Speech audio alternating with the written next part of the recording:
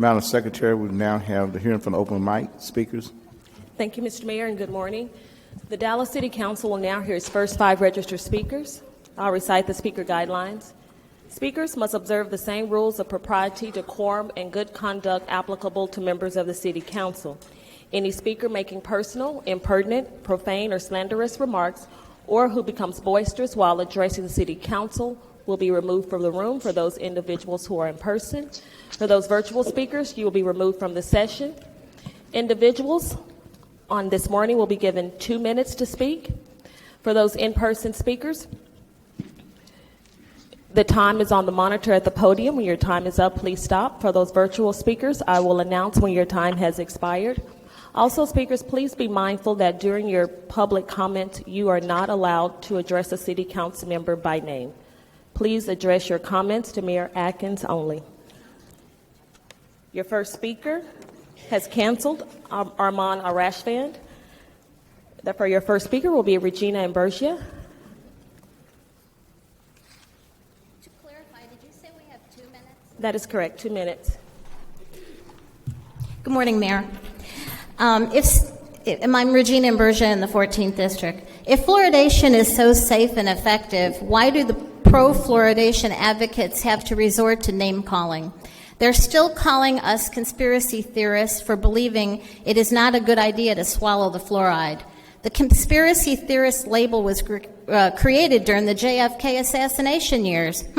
How many people today believe the lone gun theory?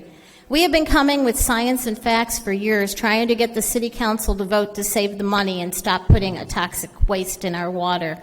Everywhere I go, if I have my sign on, people will say, and I bet 50% of this audience knows, you shouldn't drink the fluoride. Professor Bruce Lamphere is a public health physician and pediatric epidemiologist that specializes in environmental exposures, including lead and the other toxic chemicals like fluoride. He came to the Quality of Life Committee meeting to give a presentation, and he didn't come. He did it virtual, and it came through just fine. Then John Sandelin came. He's a doctor who came from Fort Worth to come and talk about it, and he also, I'm trying to scale this down. And then the meeting was abruptly ended, and nobody asked any questions of these doctors who were right there to answer questions about whether it's toxic and safe or not. What I'm wondering is, why do they want to stop the conversation about fluoridation? The science is clear, plus a memorandum has 44, it's the last 44 pages of the memorandum in item D is all about the science, about why it is a big risk. The risk benefit is not there. And there needs to be more questions. It needs to be exposed more. District 7 and District 11 want to stop the conversation, and District 13 was the one that caused some of the abruption why we didn't get the questions asked. Thank you very much. Joe Stokes.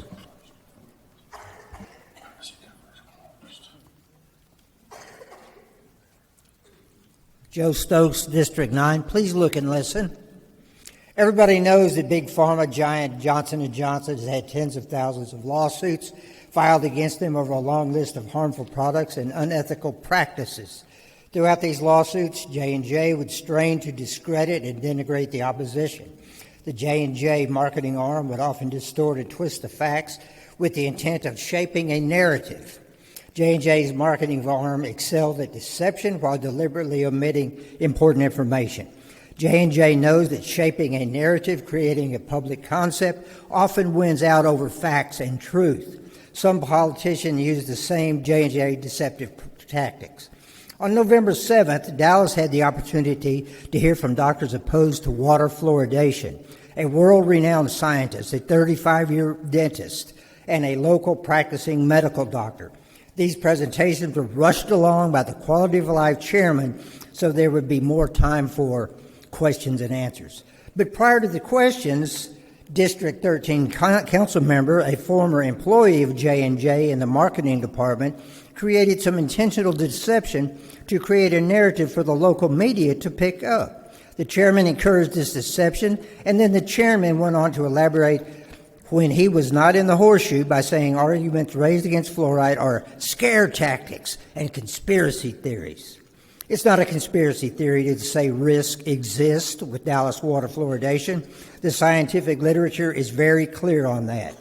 In the official Dallas Water Utilities memorandum about the 2 community fluoridation briefings, the last 44 pages is complete with studies and facts submitted by doctors opposing fluoridation. There is an abundance of scientific peer-reviewed literature from respected institutions published in premier science journals which demonstrate health risks from water fluoridation, including the Environmental Protection Agency. Thank you for listening. Thank you. Linda Newland.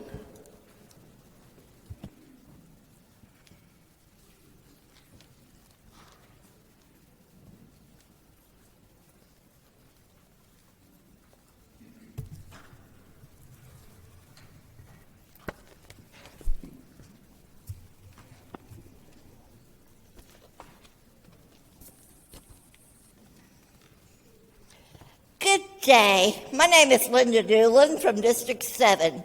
I'm here today to tell you about my council person. When he was running for office, he was all for stopping fluoridation. We're not allowed to talk. We Sorry, have point of order, video Mr. proof Mayor. of that. After he was elected and we questioned him One second, about Ms. Newland. it, Ms. he Newland? would say, Ms. trust Newland? me. We're not allowed to reference any particular council D7 member. has sent a statement. Excuse me, It's excuse me, hold overall on. unharmful. Hold it for a second. Will continue bring levels of fluoride to. Begin. I didn't hear her. Sorry. What? Tell her, Billy. Point of order, Mr. Mayor. Speakers Refrain. are not allowed to reference individual council members. Thank you. Okay. You may continue. You got? Go. Let's go. You may Complete. continue, Ms. Newland. Thank you, Bill.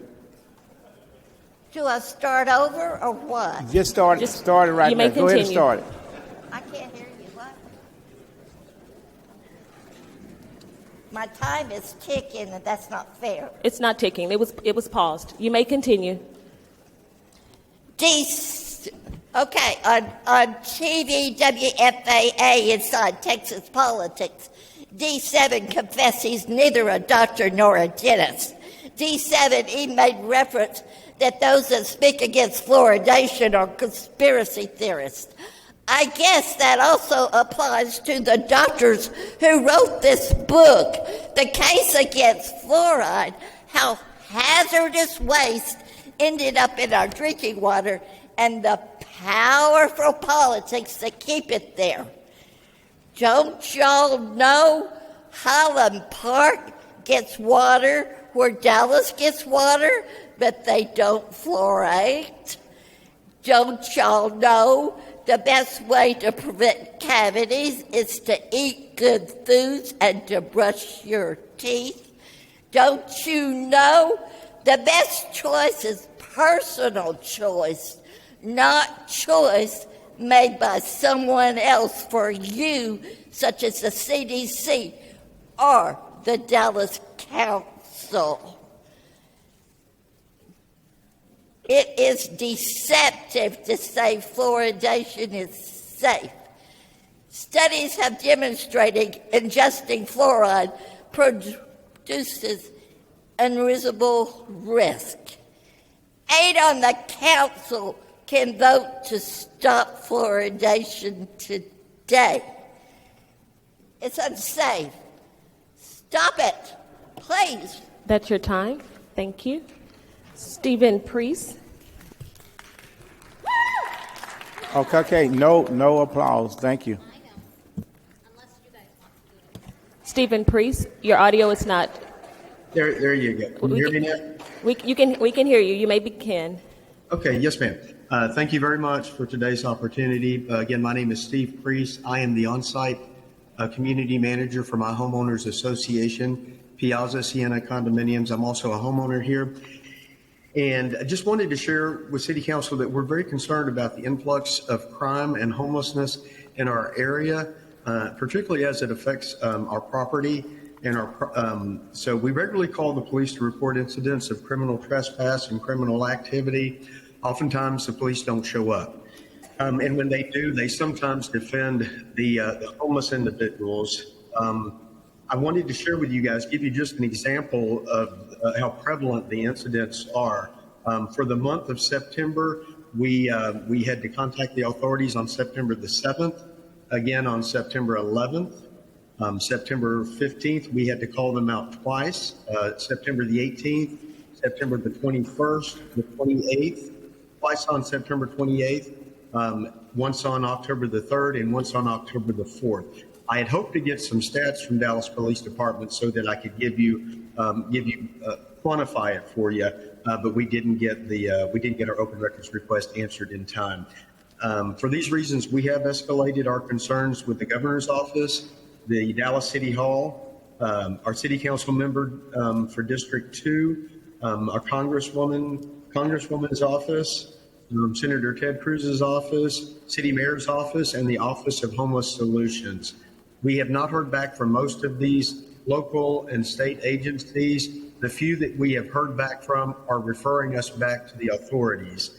When we do contact DPD again, oftentimes they don't show up, and when they do show up, they refer us back to you folks. So we're at a standstill. For us, this issue is ongoing and it's escalating, and we are appealing to the city of Dallas. That's your time. With this issue. Thank you. Thank you. Your fifth speaker will be Clinton Haley.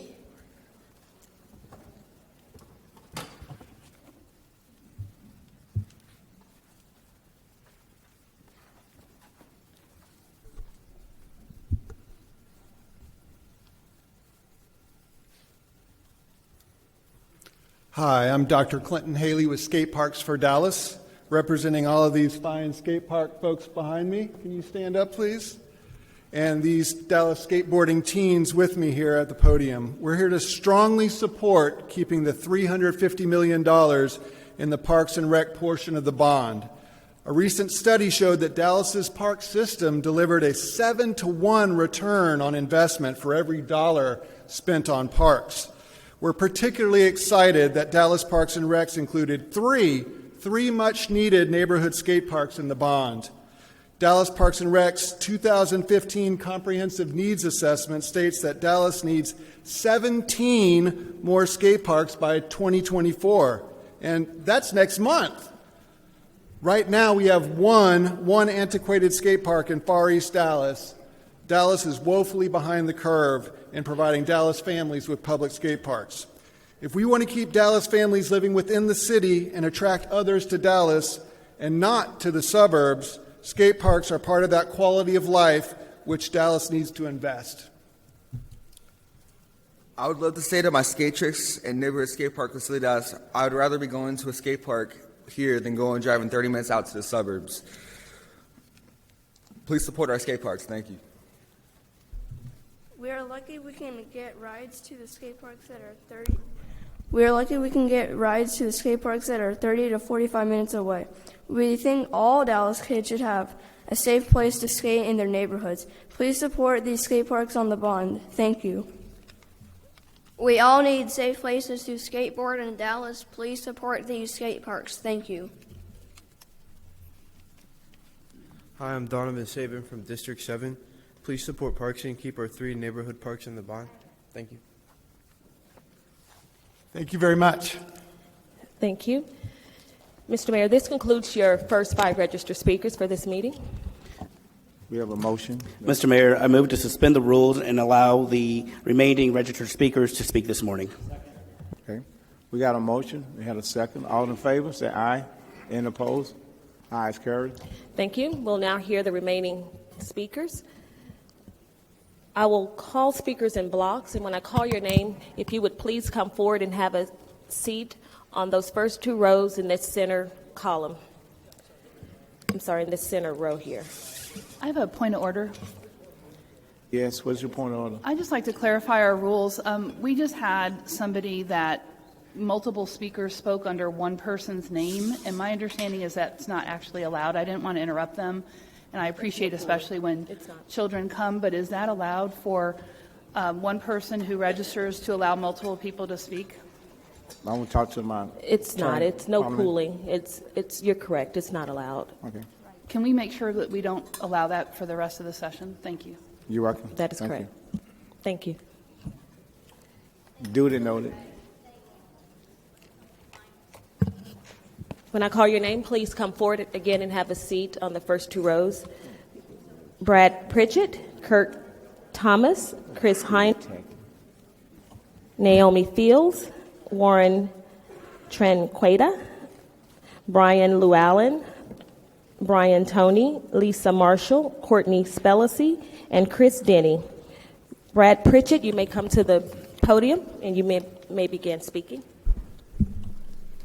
Good morning. My name is Brad Pritchett. I am a resident of District 10 and the Chief Experience Officer at the Dallas Museum of Art. I first want to acknowledge all the red and white buttons in the audience today showing support for the arts in our city.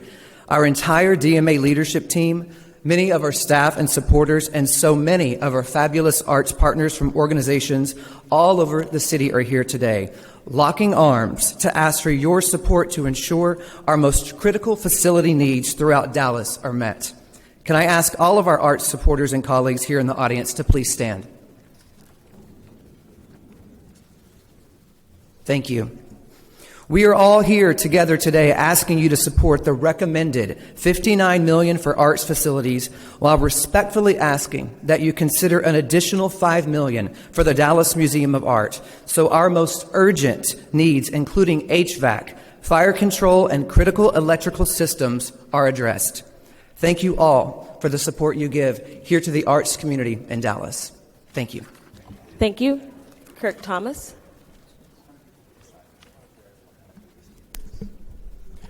Good morning. My name is Kirk Thomas. I am a resident of the City of Dallas, District 2. My goal today is to share you the return on investment that is achieved when we prioritize home repairs to maintain the availability of sustainable and affordable housing. We have a shortage of 33,600 affordable housing units in a study done by Child Poverty Action Lab.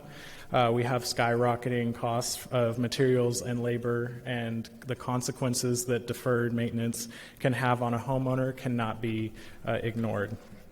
The research that was included in a handout emailed to you is a published summary by Rebuilding Together, a national nonprofit I volunteer with that provides critical home repairs and accessibility modifications for low-income homeowners. In North Texas, Rebuilding Together has been operating since 2001 and hosted over 500 projects with 15,000 volunteers, so we know what it takes to have safe and healthy homes. The research shows that when $1 is invested into sustainable housing, $2.84 in social value is generated, and this is just for the home repair portion of that we have seen. And that includes improved health, safety, independence, and cost savings. And social return on investment is a metric that is adapted from the traditional ROI and is used to measure social, environmental, and economic gains that result from investment. The largest of these are reduced costs for senior living facilities and improved quality of life and mental and physical health improvements. Please choose to invest in our Dallas residences and that the 2024 Dallas bond is investing in the people that we serve. Thank you. Thank you. Chris Heinbaugh. Good morning, Mayor Atkins, council members. I'm Chris Heinbaugh with the AT&T Performing Arts Center, and I'm here today urging you to support the Bond Task Force recommendation of $59.1 million for cultural facilities and consider a little bit more for the Dallas Museum of Art. This will fund repairs, maintenance, and updates to 15 arts facilities and cultural centers, all owned by the City of Dallas. This amount was reached after intensive cutting and scrubbing by the task force, the Critical Facilities Subcommittee, Bond Office, and the Office of Arts and Culture in collaboration with arts leaders. We heard you loud and clear. There is nothing shiny and new. We are simply taking care of what we've got, protecting an investment that is already paying off. A new study shows that the nonprofit arts community for Dallas attracts 6 million visits a year, 2.5 million of those from outside our city, but they're spending their money in Dallas. It has an economic impact of $853 million a year, supports 13,000 jobs, attracts $20 million in local tax revenues, and 90% of the respondents said they feel a sense of loss if their venue were to close or disappear. This is culture, tourism, jobs. The arts mean business. But to maintain this ROI, we must maintain these facilities. We've heard about water pooling over the Meyerson, over the chamber, days where elevators weren't working in the Wiley, flooding in the DMA. We respectfully ask you to support the task force recommendation of at least $59.1 million. Also, please give strong consideration to the Dallas Museum of Art request for an additional $5 million for much-needed repairs. Thank you so much for your service, and happy holidays. Thank you. Naomi Fields.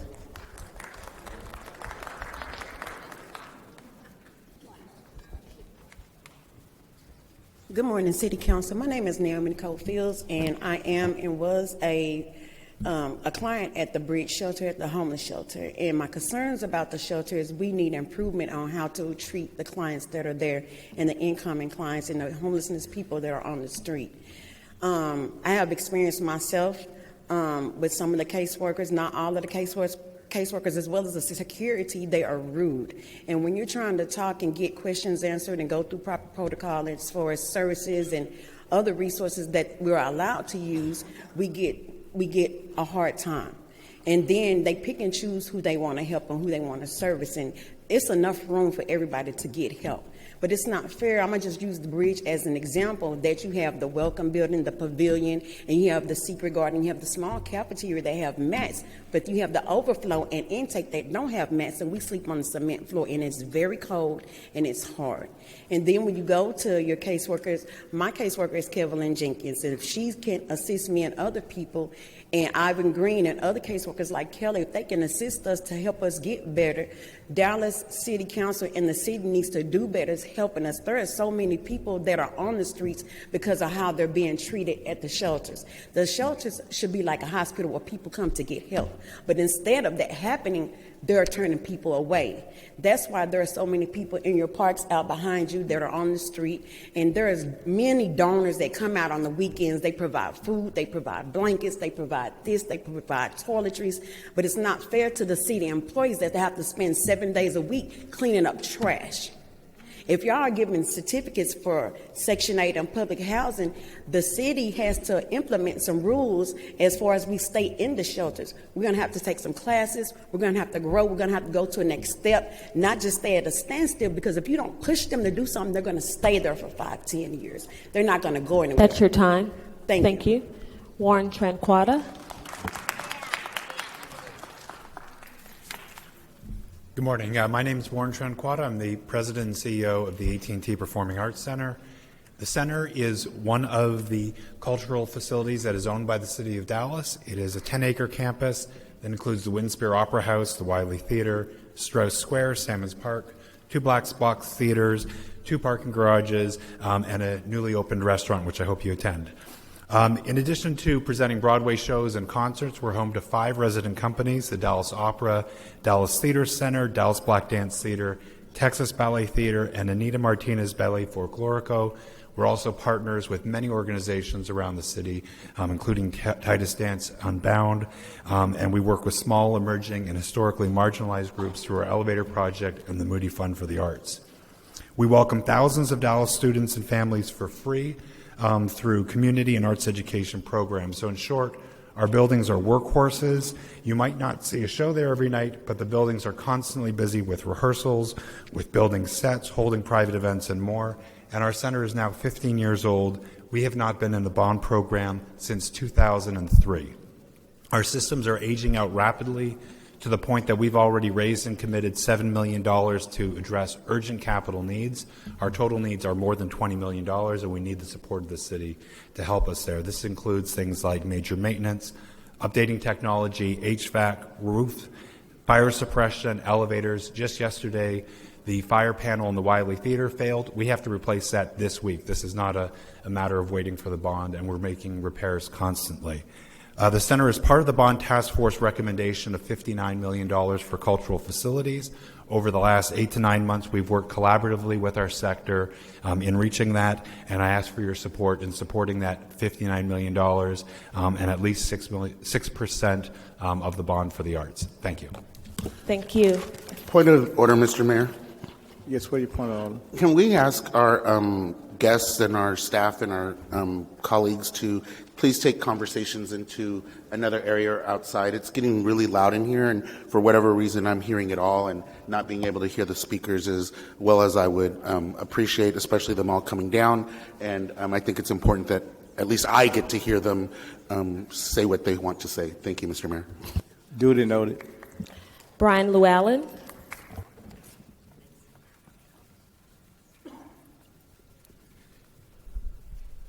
Good morning, Mr. Mayor, members.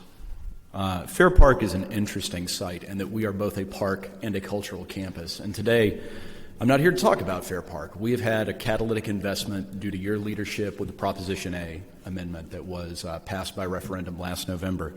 Today, I'm here to talk about quality of life and trusting to the Bond Task Force, who has spent many, many hours working through a process to develop a very strong recommendation for both the arts and for parks. These are catalytic projects that make a sincere, once-in-a-lifetime investment to keep these facilities doing the great work to create an economic return on investment that has already been talked about by previous speakers. I don't want to be redundant with them, and I want to be kind with your time. At the end of the day, these facilities don't have other capital mechanisms. They are owned by the City of Dallas, and it is critical to make sincere investments in line with the Bond Task Force and the many citizens who came forward and spoke on behalf of critical needs in their communities across this great city. When we invest in quality of life, we create further investment in housing, in other areas, and that draws the fabric of this city together. It's what makes Dallas special, and I strongly recommend and request that you please continue with the task force recommendation both for parks and the arts. Thank you very much. Thank you. Brian Toney.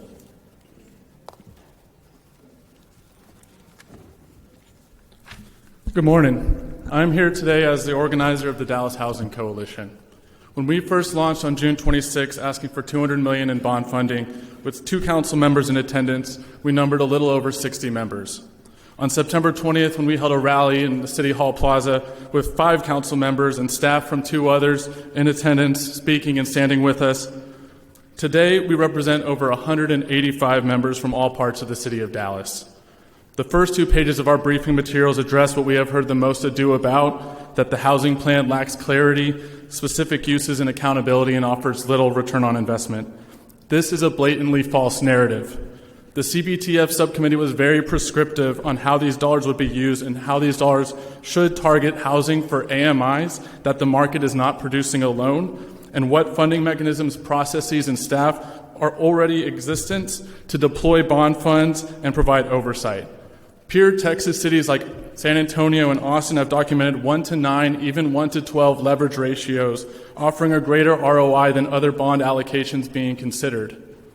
Now I'd like to introduce you to some of our members, if they would please stand. We are and represent teachers, the service industry, construction workers and contractors, veterans, seniors, young professionals, students and nurses and first responders who are housing cost burdened trying to rent or dreaming of owning a home. We are here for those who can't be. We are here so people can start families. We are here so people can age in place. We are here so future generations of Dallasites can afford to live here. We are here because if Dallas is not intentional about its investments now, we and many of the people, businesses, and neighborhoods we are all here to serve are at risk of not being here any longer. Thank you. Dallas is big enough for everyone. Thank you. Lisa Marshall. Will you please hold your applause, okay? No more outbursts. Thank you. Good morning. In April of 2022, I brought to your attention the dire situation faced by 5 tenants who were forced onto the streets due to the sale of their apartment complex to a developer, resulting in exorbitant rent increases. Despite all 5 tenants signing up for DHA vouchers, none have been selected and 1 individual is still homeless. Among these tenants, Hector, a 50-year-old blind man, and Alicia, a 70-year-old woman, both on fixed incomes, face multiple relocations, including living together in a one-bedroom studio efficiency apartment. Finally, as of October, they live independently in a one-bedroom apartment. However, Hector pays 91% of his income towards rent, leaving him with $105.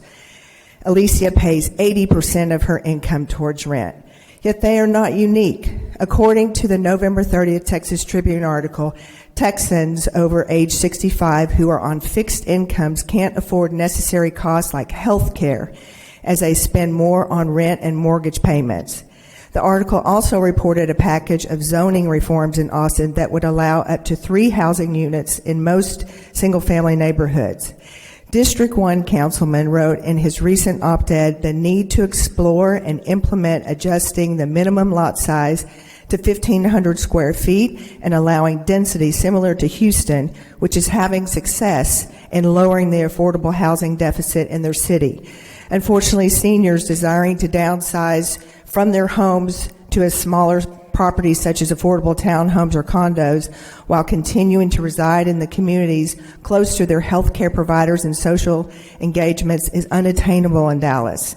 Relocating the proposed $200 million bond towards affordable housing guided by policy changes in lot sizes and density could significantly impact the lives of the vulnerable. Finally, I encourage you to look at how Dallas has tackled implementing large sums. That's your time. That's your time. Thank you. They hired outside consultants. Thank you. Thank you. Courtney Spellacy. Again, please hold your applause, okay? Thank you. Last time. Hi, my name is Courtney Spellacy, and I served on the Community Bond Task Force on behalf of District 9. It was a very meaningful experience, and I'm very grateful to city staff and all of the other individuals that participated on the subcommittees, but most especially the other 14 that participated on the task force. Now, this morning at the reception, somebody commented, "Why did you sign up to speak? Did you not have a chance to say what you wanted to say previously?" And that is fair. However, I think it's really important that between the mayor's recent State of the City radio address, the Dallas Morning News, KERA, that this proposal that's being presented today by Chair Agarwal is a reflection of what the community wants and what the citizenry wants. But I would wager that if you polled all 90 constituents that participated, you would find at max 30% that would support this program and find it to be a responsible utilization of funds. Is it true that supporters of parks came to speak? Yes. Housing? Yes. The arts? Absolutely. Did anyone come down to advocate for the waterproofing issues we have in the parking garage underneath City Hall? No, but we all know it has to be addressed. So my desire would be that although it is certainly popular or more politically expedient to support a number of things, you're going to have to do the tough thing, which is to increase your funding in streets and infrastructure, increase your funding in all of your facilities, the city facilities, public safety, the arts and culture. And the last thing I just want to briefly state is in regards to housing, it's disingenuous to say that the city is becoming a developer by putting bond funds towards housing, because the reality is that that money is going to be utilized for streets and transportation infrastructure as well as water. Thank you. Thank you. Chris Denny. Good morning. My name is Chris Denny. I live in Council District 14 and also work in District 14. I'm the Director of Advancement for the Turtle Creek Conservancy. We're a 501c3 nonprofit organization charged with the stewardship of Arlington Hall and Turtle Creek Park, which was formerly Lee Park. We're the second oldest park in Dallas, as its founding predates when the city of Dallas purchased the park in 1909. We're responsible for the conservation and care of this beautiful 20-acre park made up of 3 parcels along Turtle Creek Boulevard from Lemon to Bowen, and also Arlington Hall, which hosts over 300 events, public and private, every year. Our small park is considered one of the crown jewels of the Dallas park system, yet we still need the support of our city in the bond election so we can activate the south parcel, a 4.9-acre section of Turtle Creek Park largely undeveloped, including the addition of a bridge for pedestrian access and creating walking trails for people to be in nature. The projected cost for this project is $6 million, with a bond match coming from the bond program of $1.5 million against our personal private fundraising of $4.5 million. With an expected increased population in our area, Turtle Creek and Oak Lawn area, the usability and vibrancy of this park will become even more important moving forward. As part of the Dallas Parks Coalition, the Turtle Creek Conservancy calls on the City of Dallas to invest in parks, trails, and green spaces during the 2024 bond election. We also support the complete full funding of the CBTF recommendation for $350 million for parks, trails, and green spaces. Thank you so much. Thank you. As I call the next 10 speakers forward, would you please come forward to the center, to the first two rows on the center section. Tiffany Divis, Lisa Neergaard, Aaron Gines, Philip Kingston, Adam Lamont, Diane Ragsdale, Janice Tennyson, Henry Davis, Kevin Moriarty, and Susan Hopper. Tiffany Divis, you may come to, yes, you may begin. Thank you for having me today. My name is Tiffany Divis, and I'm the CEO President of Turtle Creek Conservancy, formerly known as Lee Park. We take care of Turtle Creek Park, a beautiful 20-acre park in the heart of Dallas, along with a historic building, Arlington Hall. Today, there are over 14,000 Dallas residents within a 10-minute walk of Turtle Creek Park. We provide our community with a much-needed green space in an urban environment. Our team is working hard to partner with the Dallas Park and Rec to provide a place for all Dallas citizens to enjoy free programming and events in a Dallas City Park with a focus on underserved children. This year we brought back Easter in the park and had over 6,000 residents in attendance. We also have created a fishing day for underserved children, movie night in the park, and we just had our Light Up the Park last week. We're planning to activate the south parcel with funds from the 2024 bond election at a proposed cost of $6 million, $1.5 million coming from the bond election, and $4.5 million coming from private fundraising. We would like to add a bridge for pedestrian access to the park and 2 miles of soft trails for all guests to be able to be immersed in nature. An investment in parks, trails, and open green spaces will help make Dallas a healthier, happier, and more environmentally sustainable city. As a proud member of the Dallas Parks Coalition, we're excited to support the full Community Bond Task Force funding recommendation of $350 million for parks. Greener is greater. Thank you. Thank you. Lisa Neergaard.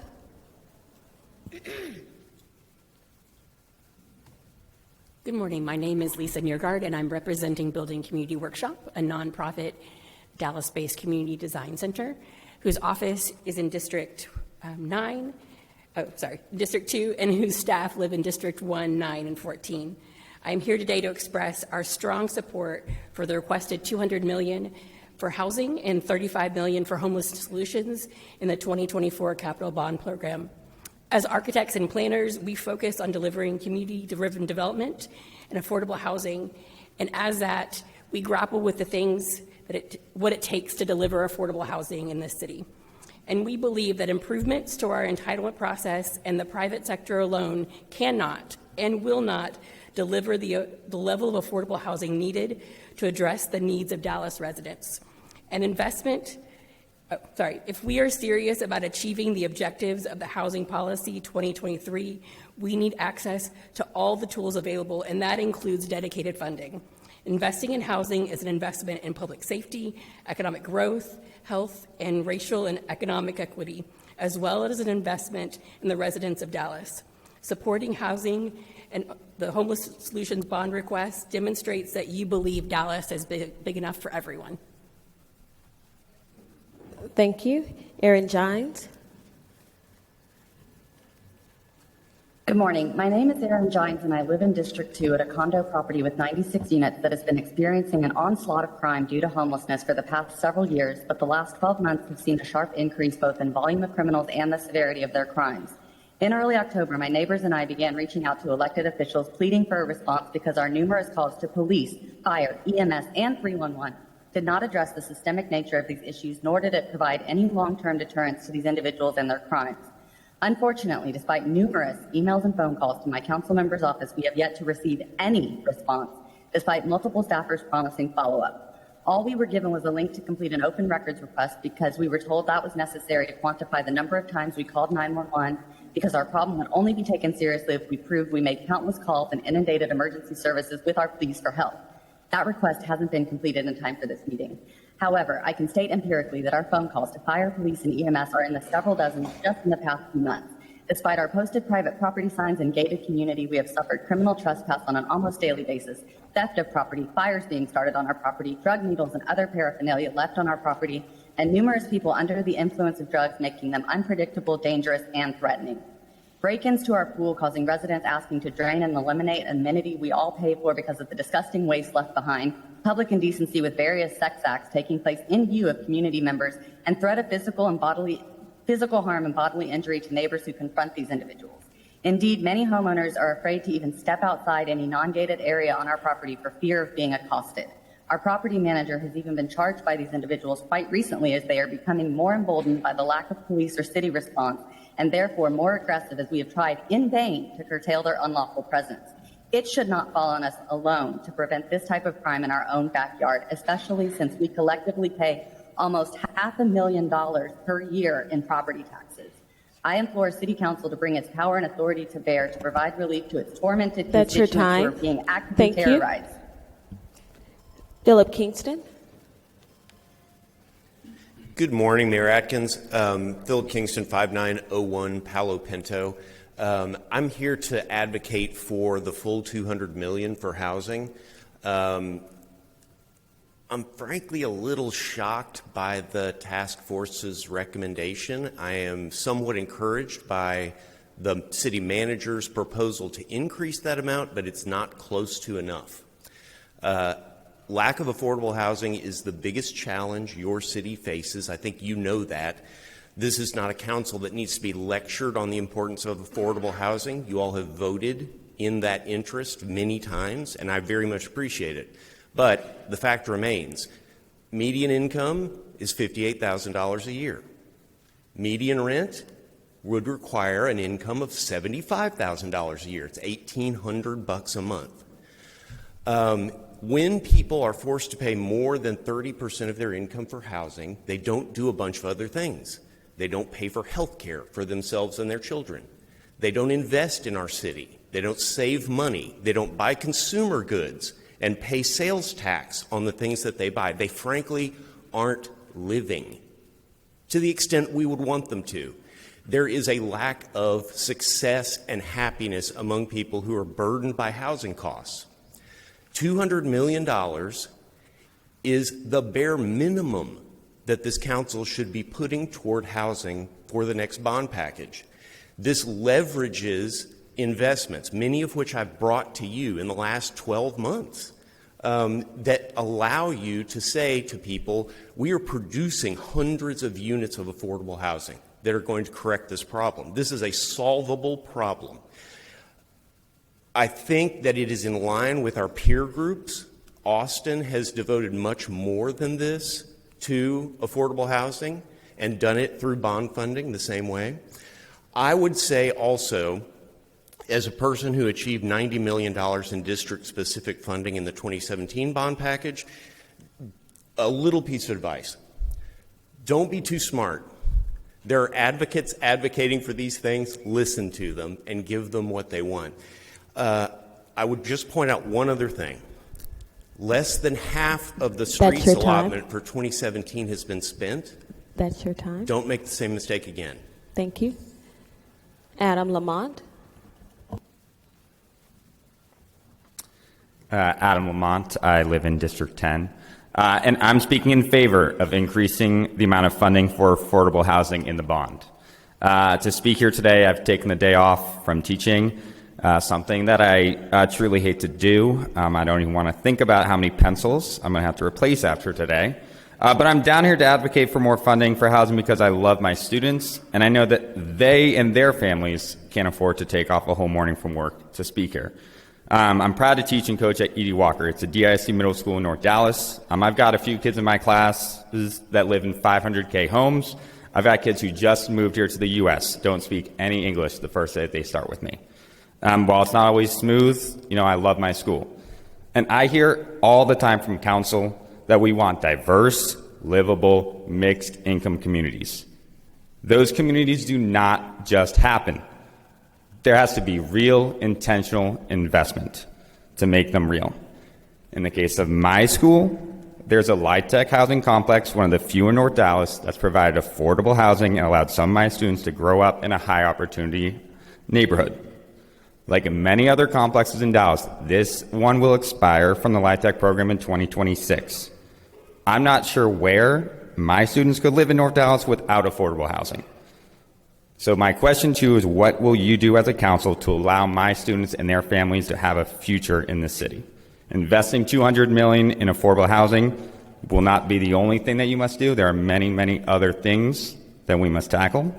But it will give my students a chance to stay in the city that they've grown up in. Please make this historic investment in affordable housing. Thank you. Diane Ragsdale.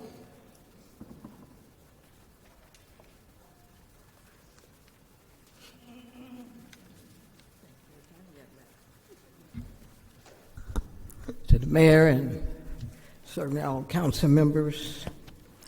My name is Diane Ragsdale. I reside in District 7. Dallas is one of the richest cities in the United States, and yet we have allowed our citizens in our city to experience an affordable housing crisis. The need has been well documented. 2 weeks ago, I was walking in South Dallas, in a South Dallas neighborhood, informing the neighbors about an upcoming zoning case regarding a housing development. One senior citizen I talked to told me she desperately needed a foundation for her home. Another neighbor complained to me about her substandard house in which she lived, owned by an absentee owner. She invited me into her home to witness the disgraceful conditions in which she lived. Another resident asked me if two families could combine their incomes in order to afford a home. These three examples occurred within only 5 blocks, which again illustrate the devastating housing crisis. As a member of the Dallas Housing Coalition, I must reiterate our position. We must include at least $200 million in the bond package for housing. Anything less would put a Band-Aid on a bleeding wound. Thank you so very much. Thank you. Janice Tennyson. Hi, everybody. My name is Janice Tennyson. I'm advocating for the homeless. I'm with Enrichment Life Fellowship. Well, I had a long speech, but I know we don't have but 2 minutes, but I'm here to get help from anyone. I'm advocating for the homeless that's out there with disabilities. Those that's out there that don't have income, that's laying out there, they can't get in shelters because majority of the shelters can't accommodate their disabilities. And what I'm trying to do is just get help to get some of these people off the street, as many as I can off our downtown streets. I have tried to rent homes. Most of them don't want me to open it up in neighborhoods, and what I'm trying to do for people with disabilities, mainly in wheelchairs with mental illness and stuff, I'm trying to just get a place from them to get them off the streets, to get them on their Medicaid and get them stable. And I'm trying to partner with anyone that will hear me on the solution that I do have to try to help clean up our downtown streets. And that's all I have to say. I just have 2 minutes. Thank you. Henry Davis. Henry Davis? He's not present. Kevin Moriarty? Good morning. I'm Kevin Moriarty, Executive Director of Dallas Theater Center and a proud resident of District 14. I'm speaking today in solidarity with the many supporters of the arts who are here today to urge you to support the task force recommendation of at least $59 million for deferred maintenance of cultural facilities in the 2024 bond program and consider an additional $5 million for the DMA. The city owns valuable buildings that are falling apart from years of neglect. And the longer these repairs are put off, the more expensive the ultimate bill will be. For instance, at the Cleta Humphreys Theater, basic functionalities such as electricity, heat, and handicap accessibility plague a once great building that has fallen into embarrassing disrepair due to the lack of resources for major maintenance. At the Wiley Theater at the AT&T Performing Arts Center, half the building's elevators are not functional, making significant areas of the building completely inaccessible to people with special needs. This is unacceptable. As an arts community, we're doing everything we can to provide art and education for our community. We proudly shoulder that responsibility. But we need the city to fulfill its obligation to keep its buildings safe, secure, and accessible for all. Thank you. Thank you. Susan Hopper. Good morning. My name is Susan Hopper, and I live in District 2. It's our turn. Our Far East Dallas community is asking you to fully fund the White Rock Hills Recreation Center on the city bond. We understand many critical needs of this city and the rationale for reducing funding for parks. The easy way to solve this deficit would be to cut our center. But we are asking you to dig deeper, think critically, and understand our community needs and what this center means to us. The center represents the culmination of a 28-year phased partnership with the city that includes land acquisition for a park and recreation center, approved feasibility study, construction of the White Rock Hills Park, complete street of Highland Road bordering the park, and connection to the Trinity Forest Spine Trail.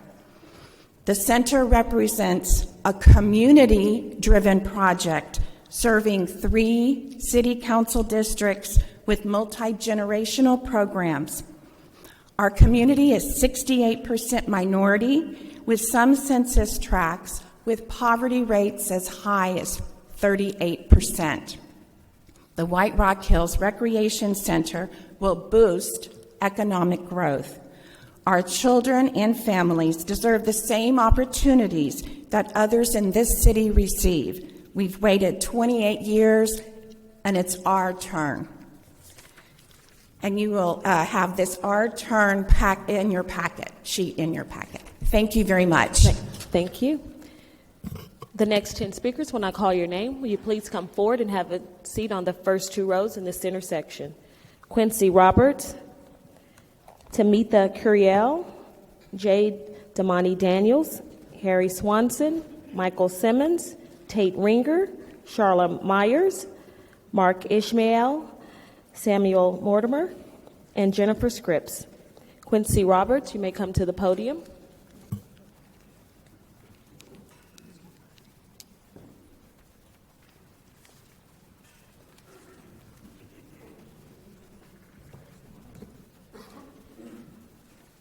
Quincy Roberts, okay, is not present. Tamitha Curiel, you may come to the podium. My name is Tamitha Curiel. I'm a resident in Pleasant Grove in District 5. I'm an arts advocate, and I support the full recommendation of the Task Bond Force for arts funding. I'm also here to support the recommended amount from the Task Bond Force for economic development funds.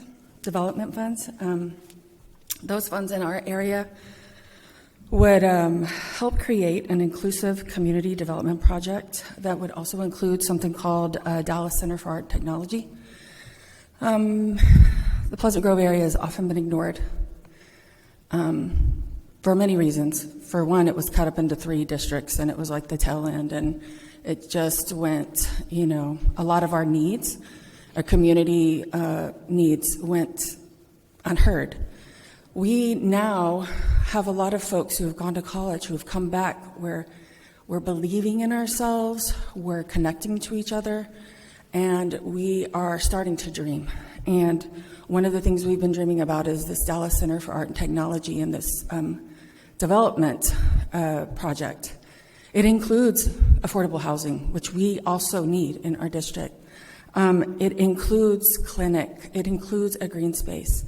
It includes creating a technology training center, and the state of Texas has increased film incentives, and we're seeing an increase in film production here, and we would like to train our folks in Pleasant Grove. We would like to be ahead of the game, get our folks trained and above the line and below the line jobs for the film and media industry so that our voices can be heard in that industry, and so that we can also increase our quality of living. We are starting to dream, and we're just asking the city of Dallas to believe in our dreams and then also fund those dreams as well. Thank you. Thank you. J. Damani Daniels.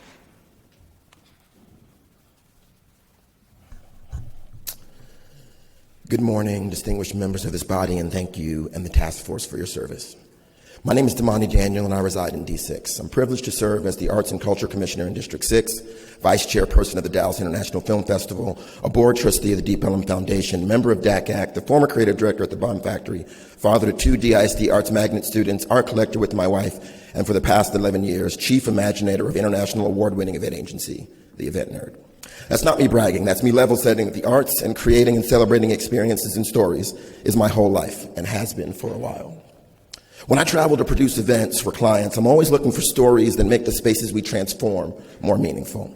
In many places, private corporations have to drum up or create those stories. But in Dallas, we have it in spades. In Dallas, we have more stories to tell than most people realize, and many of them are held within our walls. We need to take care of these storytellers and build new opportunities for those stories to be shared and experienced.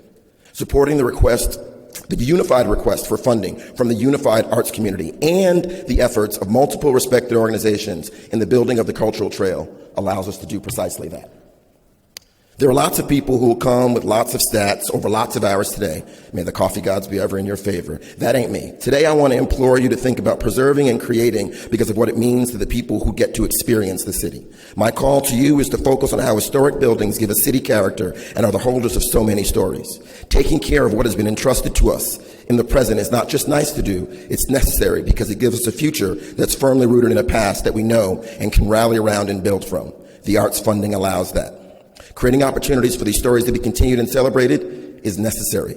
To completely out of context, semi-quote the great philosopher Tupacius, we didn't choose this life chose us. None of the members of this body chose to kick the can down the road. None of the members of this body had an opportunity to create something that united 3 districts.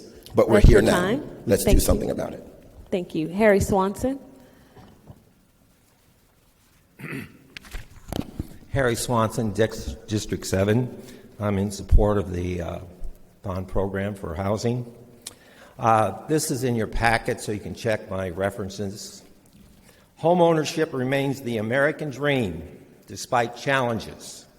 Nearly 3/4 of America say owning a home is a higher measure of achievement than having a successful career, raising a family, or earning a college degree in a new survey.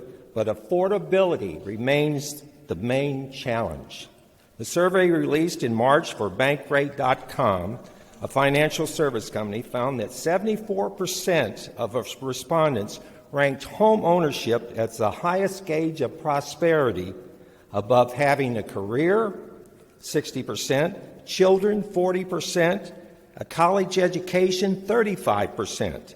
The survey conducted by Market Research YouGov comprised of 2,500 respondents, 1,300 of whom were homeowners. Of those responding who did not own homes, all about 2/3 pointed to one or more affordability factors holding them back, including income level, soaring house prices, and their ability to make a down payment. I've been before this council numerous times talking about affordable housing. What was the buzz last month? And it's going on right now. All the property owners, oh, my property taxes are down. because the state came on.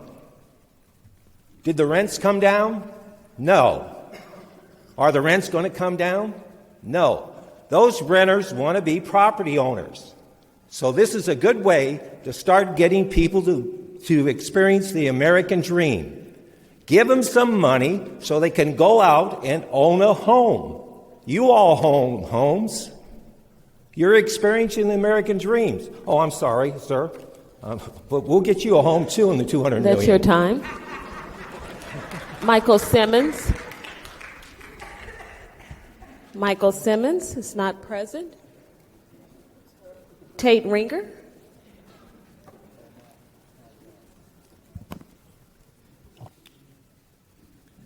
Good morning, Mayor and Council. I'm Tate Ringer. I'm the Chief Strategy Officer for MetroCare. We're the largest provider of mental health services in Dallas County, providing mental health and disability services to over 45,000 children, teens, and adults each year. And we are also the largest provider of permanent supported housing in North Texas. And we are proud to do our part to help those who need our services and to support the city's efforts and our hundreds of partners represented here today. I'm also a citizen of District 12, born and raised in Dallas, Texas. I was a liberal arts major, and I value the arts. My children and I both benefited from parks, and I still play pickleball up at Campbell Green. So I very much value all these services, but frankly, none of that matters if Dallas is not livable. Not funding housing when we have a unique opportunity to do so is short-sighted. We risk losing hardworking families who either move elsewhere or become homeless because they can't afford their rent. The millions of people slated to move to the Metroplex in the coming years will move elsewhere, losing more revenue and more upstanding citizens. And these people include teachers, nurses, mental health providers, your own staff, EMTs. So if we want them to work in our performing arts centers and in our parks, we need to provide them a place to live that's livable and that they can afford and raise their families. The crises we hear about in LA and San Francisco and just south of us in Dallas are real, and it's coming to Dallas if we don't fund housing now. Thank you very much. Thank you. Charlotte Myers.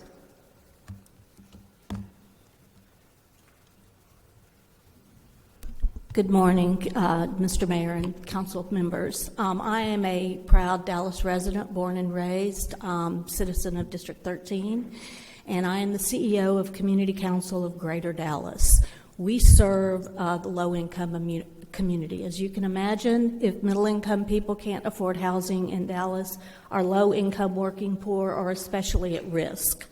I want to tell you just about a couple of our clients. I have a working mom with 5 children whose husband suddenly left and can't be found. She's been a supervisor at a fast food restaurant for 13 years, could no longer afford her rent, has been evicted. She and her family will be homeless at the end of January if we can't find them housing. I have an 80-year-old client who is on a fixed income. Rent was raised. She can't afford it anymore. She'll be homeless at the end of December. I have a veteran who lives with his sister on disability. They were evicted because their rent was raised. We're looking for housing for them. If we can't find it, they will be homeless at the end of January. I have a widowed father with 3 children who's working at a retail job, overnight shift.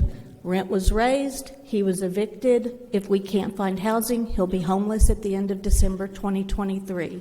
We get 200 calls like this a week. Basic human dignity demands that we do something about it, and private money alone will not solve the problem. I'm going to say something on behalf of myself and not the Housing Coalition. If we put 10 times more money into our parks than we do into housing, the message we're sending, whether we mean it or not, is that we either don't believe affordable housing is a problem in Dallas or we don't care. Thank you. Thank you. Mark Ishmael.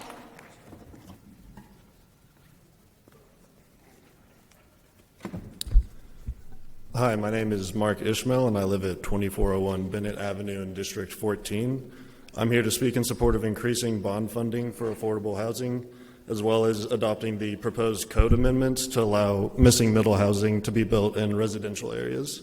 The need for more attainable housing options became apparent to me as soon as I became a Dallas resident a few years ago at my first address on Forest Lane near I-75 and the Forest Lane DART station. There's a lot of people that take shelter under the highway bridge there and in the nearby creek. There, at the same time, I saw there was the Cypress Waters mixed income housing project that had been proposed. So I showed up, spoke in support of that, and was happy to see council support it, and now would like to see more of that after realizing how interrelated so many of the issues that Dallas faces are with high housing costs. Already people are leaving the center city for suburbs and other metro areas. Dallas has lost thousands of residents since 2020, according to the latest population estimates.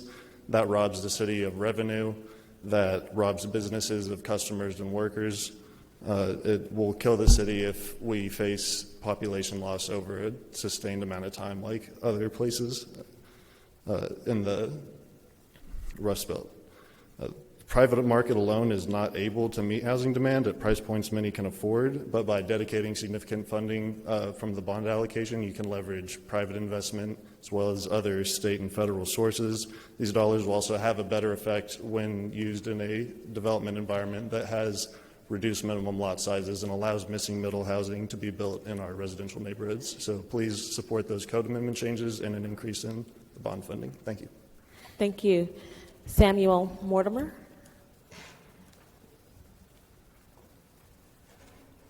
Good morning. My name is Samuel Mortimer. I changed everything I was going to say. Hopefully it all comes out right. I live at 1623 Main Street. I've been a downtown resident here in Dallas for 10 years. I'm a small business owner and an architect. I'm here today to ask the City of Dallas to invest heavily in parks, trails, and green spaces during the 2024 bond program. We lost a few skateboarders. I had to go to school this morning, but as you can see, there's quite a lot of us here today.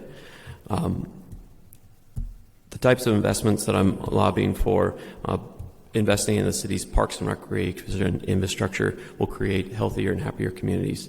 They support economic growth and are a demonstrably strong return on investment. Our trails are no longer reserved for recreation alone and need to be amenitized appropriately and prioritized as transportation conduits and infrastructure. I've been on the board of the Santa Fe Trail for 4 years and served as its current president.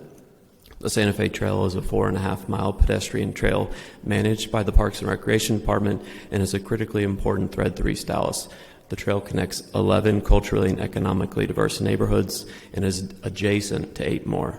Uniquely, our trail and trailheads lie in 4 different council districts. In 2019, our organization began a multi-year effort to develop a long-range master plan to guide the trail's growth. We facilitated an extensive community outreach effort, receiving over 1,000 comments from over 500 residents in 47 Dallas zip codes. In 2022, we successfully submitted our master plan for adoption to the Park and Recreation Board, and Phase 1 of our master plan is one of the highest technically scores inventory by Parks and Recreation staff. We are building a cultural connector between 2 state-recognized art districts. We are the transportation conduit connecting the loop system to Deep Elm and the CBD. We are a budding development corridor poised to leverage major investments in trail-oriented housing. I urge you to support the full allocation recommended by the Community Bond Task Force. Thank you. Thank you. Jennifer Scripps. Good morning, Mayor and City Council. My name is Jennifer Scripps, and I serve as the President and CEO of Downtown Dallas, Inc. I want to start today by thanking our Community Bond Task Force members, city staff, and you as dedicated council members who have engaged with the community and with us for months in crafting the upcoming 2024 City Bond Program. Downtown Dallas is a growth engine for our city and our fast-growing North Texas region. Over the past 20 years, downtown has evolved from a purely business district with only a couple of hundred residents into a complete 7-day-a-week vibrant neighborhood with almost 15,000 residents, with the country's largest arts district, more than 20 acres of new public park spaces, and soon a newly redeveloped Kay Bailey Hutchison Convention Center to welcome visitors from around the world. In sum, more than $6 billion of development is in downtown's pipeline. Unfortunately, the funds allocated for vital infrastructure projects and complete street redesigns in downtown in the latest recommendations are inadequate. Downtown Dallas is committed to advocating for projects that are truly catalytic investments, ones that will spur more development. Currently, less than 2% of the $375 million in streets and transportation allocation is earmarked for the Central Business District. This will not be sufficient for advancing the goals laid out in the 360 Plan, which was unanimously adopted by Council in 2017.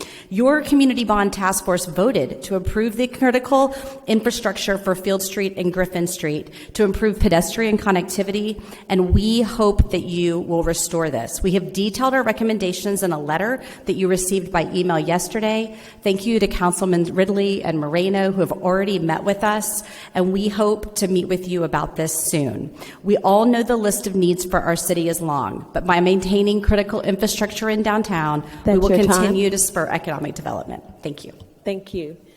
The next 10 speakers, when I call your name, please come forward and have a seat on the first 2 rows in the center section. Leslie Berging, Billy Lane, Lynn Richardson, Hexel Colorado, Sandra Crenshaw, Abraham Moreno, Eva Mason, Deangela Alexander, Garrett Pinnell, and Maggie Parker. Leslie, you may begin. Good morning. My name is Leslie Shigaris Rujink, and I'm the founder and president of In This House. Last April, this council unanimously adopted 11 recommendations from the Racial Equity Audit, which included the creation of a, quote, dedicated revenue stream that is scaled to the magnitude of Dallas's affordable housing shortage. Prior to that adoption, several of you asked, does this mean bond funding?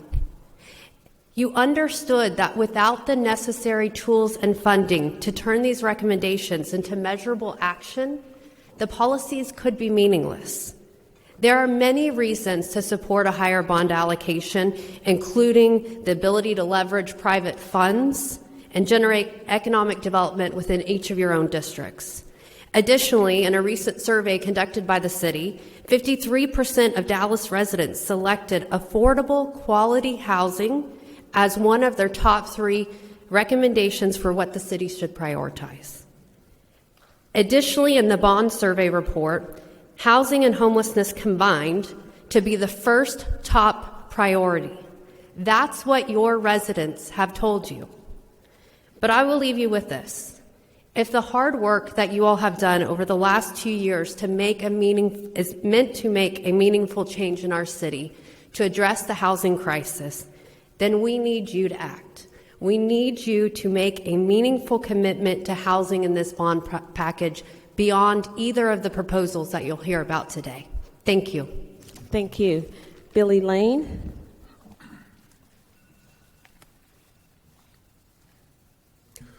Good morning, Mayor, City Council members. Thank you for your service. My name is Billy Lane. I reside in District 3. I serve the South Dallas Fair Park Inner City Community Development Corporation in District 7, and we are members of the Dallas Housing Coalition. And we stand with the coalition as it relates to the increasing the bond, the allocation for affordable housing to $200 million. It has been asserted that parks and recreation centers provide better return on investment than any other bond-funded item. I will confess that when I heard that assertion, it made me feel a certain type of way. I love parks. I use parks. But I love my children more. And I do not count on a park and recreation center to raise my child. I count on being able to bring my children into a safe, affordable, and fit space. Parks and recreation centers cannot resolve a housing crisis, nor can it mitigate it. And if we rely on parks and recreation centers to begin to mitigate a housing crisis, what we will notice is a compromise in the ROI that has already been suggested. So I stand here today as a developer, a leader of a community development corporation, to say, please increase the allocation to at least $200 million. Thank you. Thank you. Lynn Richardson. Lynn Richardson is not present. Hexel, Colorado.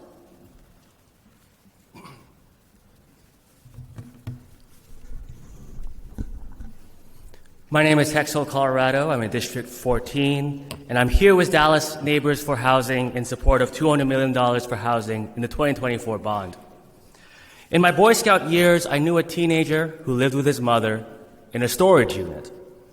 My family took them in, but the arrangement was short-lived, for you see, my family was housing insecure too. And our landlord did not appreciate the extra tenants. In my childhood, my family moved 7 times. We survived thanks to the grace of those of our neighbors who let us in. And I don't know if point-in-time count surveyed people like us who bounce between houses, church parlors, and offices. Housing is not the only priority, but it is the highest priority. It does not solve all problems, but when we fail at housing, we find our failure in our parks, our trails, our streets, our trains, our schools, and our businesses. There's this concept called Miles' Law, and it goes, where you stand depends on where you sit.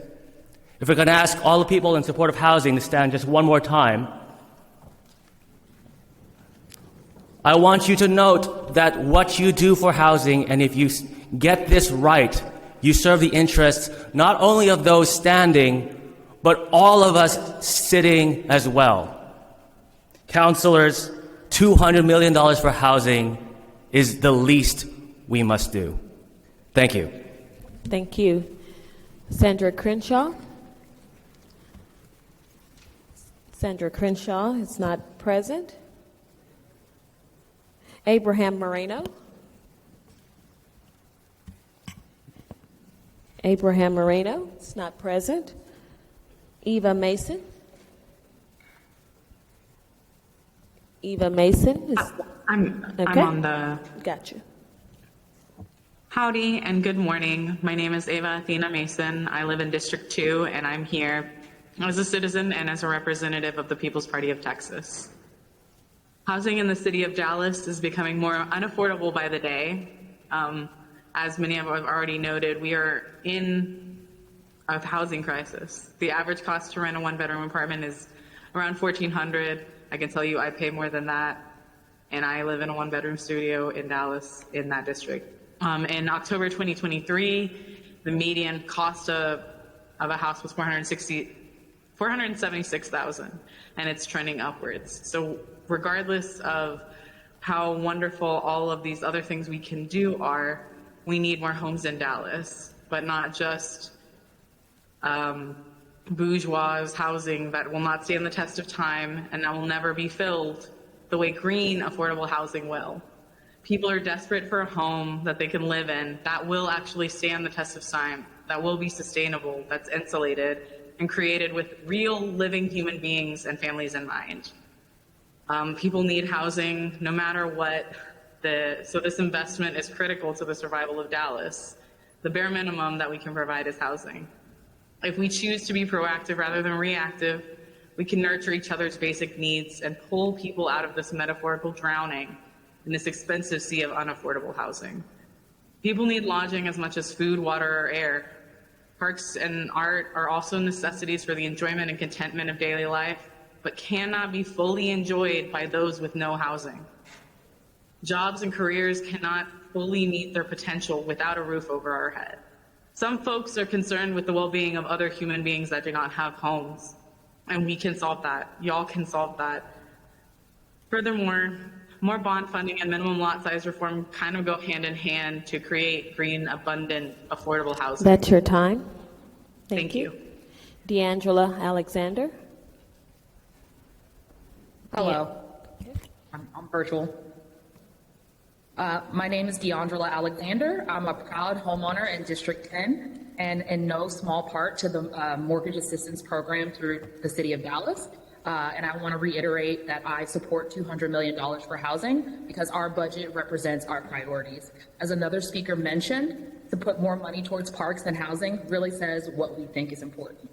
But I personally am a licensed professional counselor, and I subscribe to Maslow's hierarchy of needs. If you look at the foundation of that hierarchy, you will see that housing, shelter, food, and water are the three foundational things that you need to be successful, to thrive, and to be alive. And everything else comes out of that. Then we can get to safety. Then we can get to self-actualization. But we cannot do that without housing. So I am asking, as a member of the Dallas Housing Coalition and as the founder of Dallas Neighbors for Housing, that you seek the recommendations that we put forth for $200 million, which is well-researched and supported by a variety of community membership and leadership, and really helps us to move the needle on the 33,000 units that we are short currently.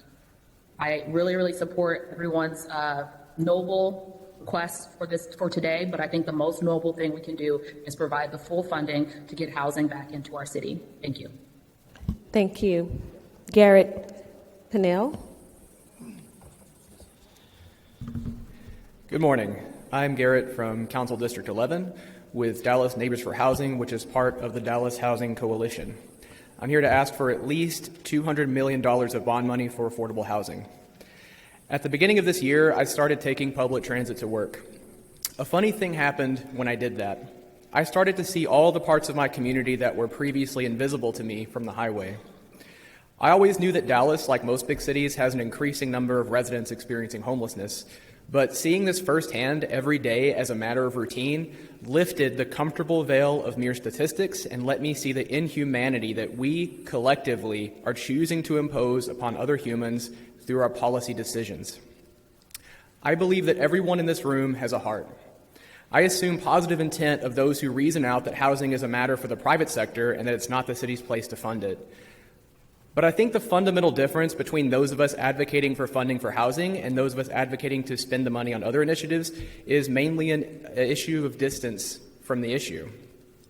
If everyone here were shoulder to shoulder with our unhoused residents on a near daily basis, I think we'd all feel the same sense of urgency to do whatever it takes to get them off the streets.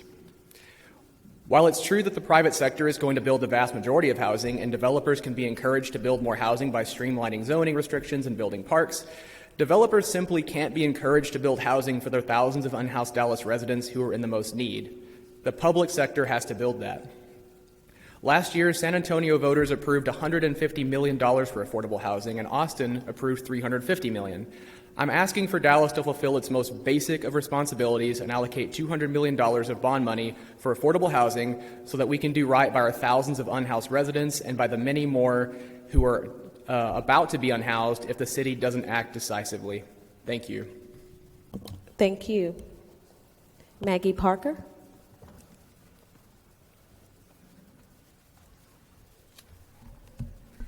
Good morning, everyone. My name is Maggie Parker.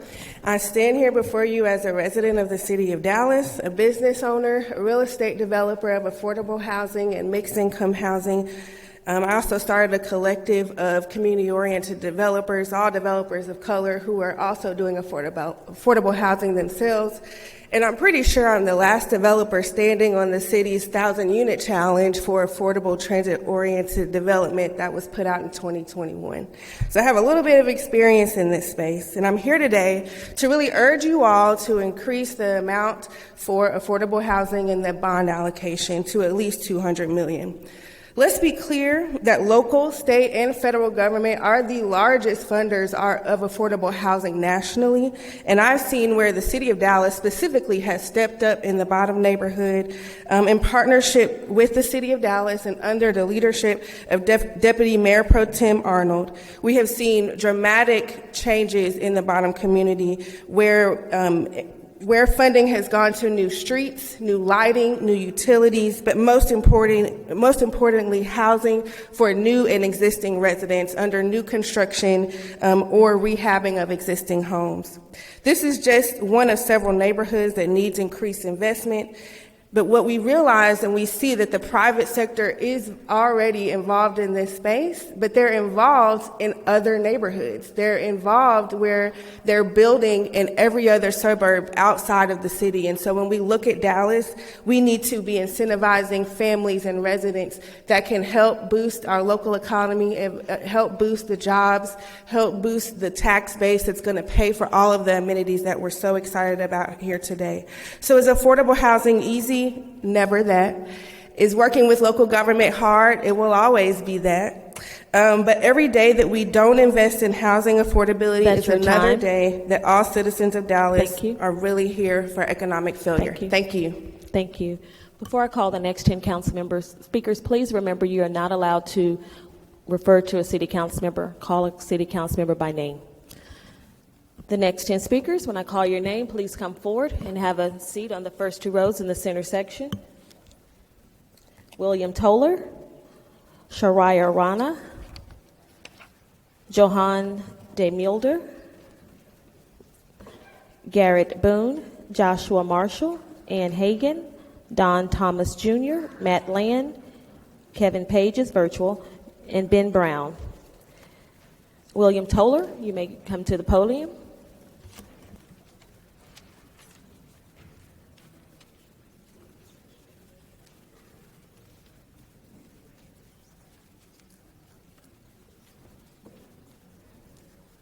William Toller is not present.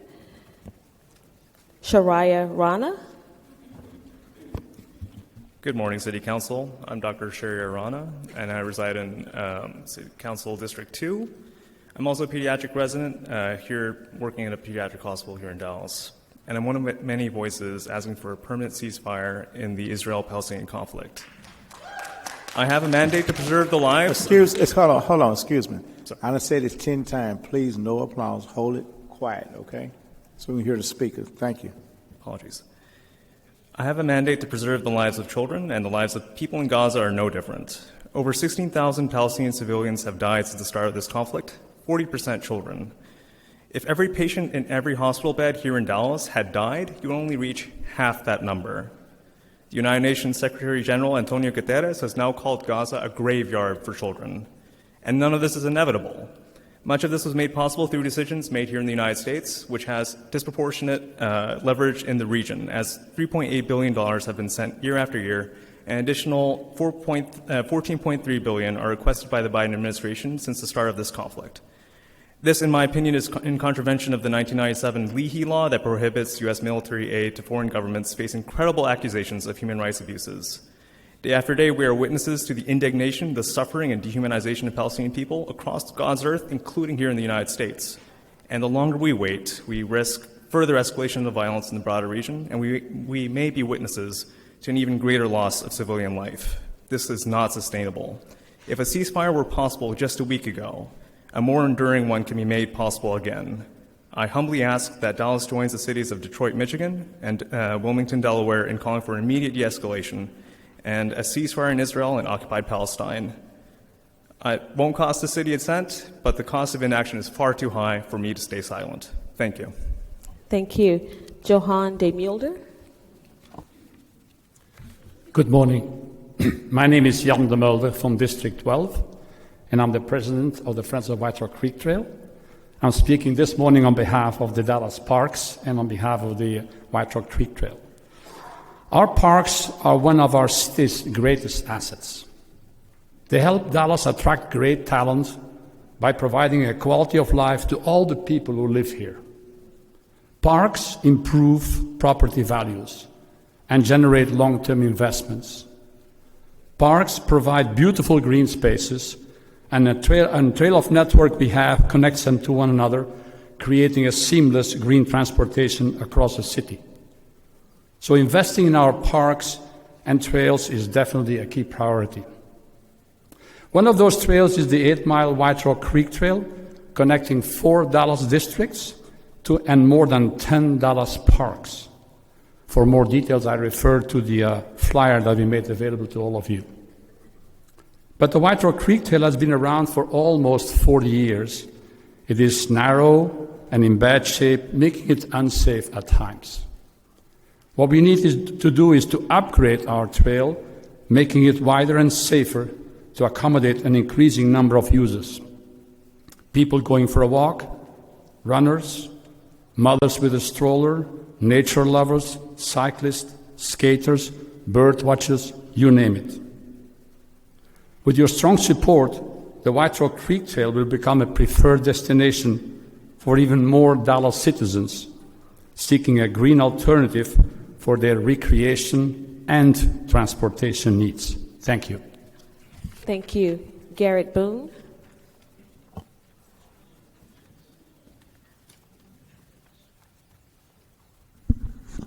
Thank you, Mayor and council members. Parks and trails are critical infrastructure. They affect every aspect of our lives and deserve the same consideration as other infrastructure projects. Mayors representing cities both large and small, part of the 250 Mayors for Park Alliance, unanimously agree that parks are critical infrastructure, and they are busy lobbying Congress for funding for parks nationally. The benefit of parks and trails are extraordinary, and many. Here are just some of them. They encourage active and healthy lifestyles, promote mental health, reduce healthcare costs. They strengthen local economies, create job opportunities, increase community engagement, reduce crime, help cities achieve climate action goals, improve air quality, reduce heat islands effect, and so many, many more. One local leader that was on the bond subcommittee the Parks and Trails subcommittee, summarized the importance of parks and trails in the lives of many Dallas residents. He said, "For marginalized communities, this park and trail bond package is an example of justice. We're advocating for public land and for those who haven't had the opportunity to acquire or access land because of oppressive policies in the past. This is our chance to boldly improve, acquire, and enhance public land for all people." By any measure, Dallas has a great park department committed and effective leadership in every way. However, according to a study in 2016, the annual funding from the General Fund for Operation and Maintenance for Parks was only 40% of the mean of all parking funding nationally. Even though it has since improved, does not provide excess funds that can be tapped when infrastructure and equipment reach end of life and need to be restored and replaced. It results in a serious backlog of 2,000 unfunded projects. The only recourse is either a significant increase in general funding or significant support of a bond program. That is why the Bond Task Force recommended $350 million in funding for the bond for parks. Thank you. Joshua Marshall. Thank you for the opportunity to speak today. My name is Joshua Marshall, and I speak before you today as an individual, but as a representative of a group of concerns of many that are my age and peers. I was born in Dallas 23 years ago. I graduated from Jesuit in 2018, and later in 2022, I received my degree in neuroscience from Regis University in Denver. I serve as an EMT out here in Denver while studying for my MCATs. Like many young professionals, my girlfriend and I aspire to return to our roots in Dallas. However, the harsh reality is that the cost of living in Dallas is a huge barrier to our dreams. Despite our education and hard work, the prospect of affording rent in Dallas seems like an impossible challenge. It's disheartening to realize that the stark reality of financial constraints now challenges my dreams and something that we were thought was nurtured throughout our academic journey. Many of my friends from Jesuit share a similar predicament, unable to afford a single apartment, either sharing space with roommates or in some cases having to move back home with their parents. Our salaries are higher in Denver than in our respective field in Texas, but over half of our combined paychecks go towards rent, leaving little room to pursue our life goals. Even in the suburbs of Denver, where we currently live, the struggle to manage rent is enormous. I commute 45 minutes each day just to get to work, making it difficult to envision a future not dominated by a rental burden. Dallas, a city we love and cherish, needs more affordable housing options for college graduates. We want to return home. Like seriously, we want to return home, not just as visitors, but as active contributors to the growth and prosperity of the place we grew up. I hope you apply $200 million of the bond money to affordable housing. We need political action to ensure the city of Dallas remains accessible to all who wish to build their lives here. Thank you for your opportunity and consideration. Thank you. Ann Hagan.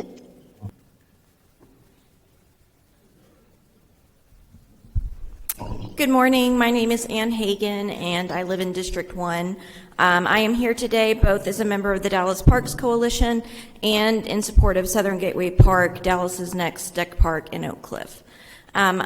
As such, I would ask first for your support for the Community Bond Task Force recommendation for $350 million for the Parks Bond. Numerous studies have shown that high-quality parks and green space and trails lead to improved health outcomes, improved climate resiliency, and a 7-to-1 return on economic investment.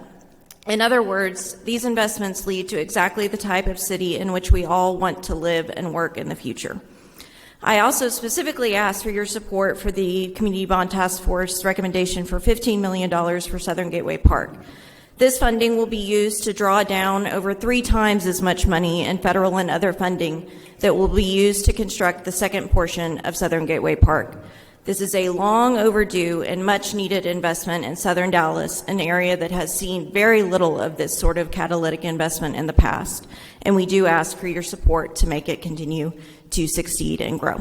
Thank you. Thank you. Don Thomas Jr.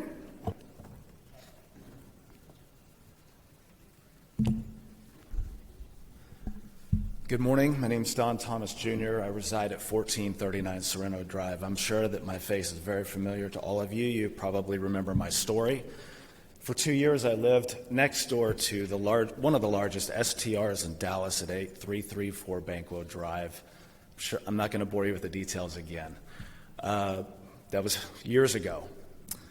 So I know what it's like to live next to the idea of density.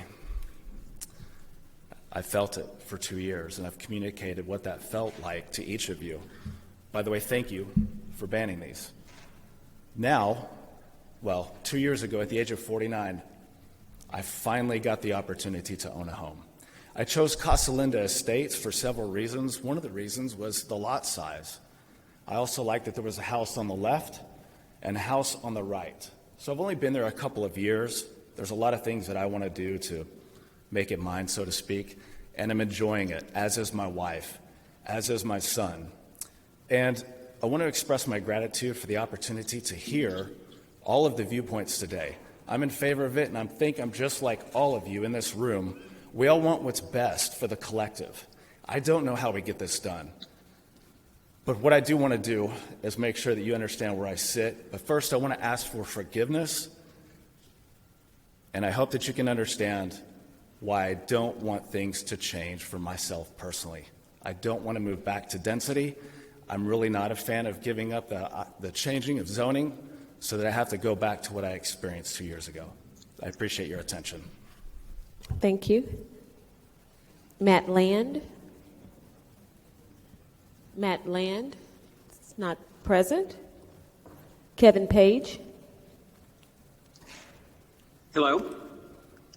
My name is Kevin Page. Call me Joel. I am a resident of District 10, and I'm pleased to be a constituent of my new member there. And I learned about this meeting through the Actions of Dallas Coalition for Housing, and am a member of the Dallas Neighbors for More Housing. I'm here today to urge the council to allocate at least $200 million in the bond package for affordable housing, and to review such regulations as may constrict the supply of affordable housing in Dallas. When I came here in 2004, I've been a resident here since then. I lived in the M Streets on Comus, and my home was an apartment. It was a 2-1, and it cost $675 a month. I split that with a roommate and paid $337.50. In inflation-adjusted terms, that's $500. That rent at the time enabled me to take the job that I was offered here in Dallas, and is the reason that I'm here in Dallas today. I was offered a job as a public defender. That is my calling, and I doubt in today's rental market whether that would have been as an attractive option for me to serve this community in that way if the rents were what they are today. I sometimes go back, buy that apartment with my wife. That's where we met, and I looked at Zillow, and it's $1,400 a day. That's a It means that rent for that place out inflation by 40%. That is deterring people in the beginning of their careers who have a choice about where to live from That's your time. Dallas. Thank you. Thank you. Ben Brown.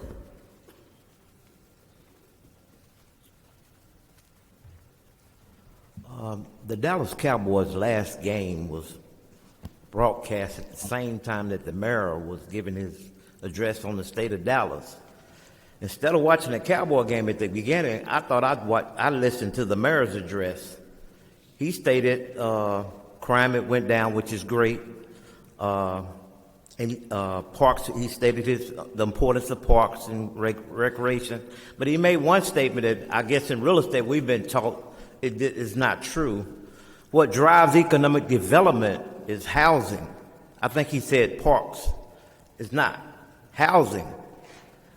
We had a former councilman trying to bring grocery stores to some districts. Oh, Ben Brown, District 8, with the Dallas branch of the NAACP, also standing in conjunction with the Dallas Housing Coalition.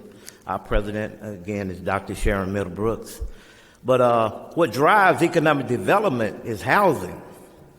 I'm a real estate broker also. I think my most frequent statement is going to have to be to my customers and clients, that's not enough. When they tell me how much they make, I'm going to have to tell them that's not enough, because the prices are going to, when they tell me what they want to rent and they tell me what they make, I'm going to have to say that's not enough. That's going to be the theme, seems like, if we keep going the way we're going, whatever you make, it's not going to be enough.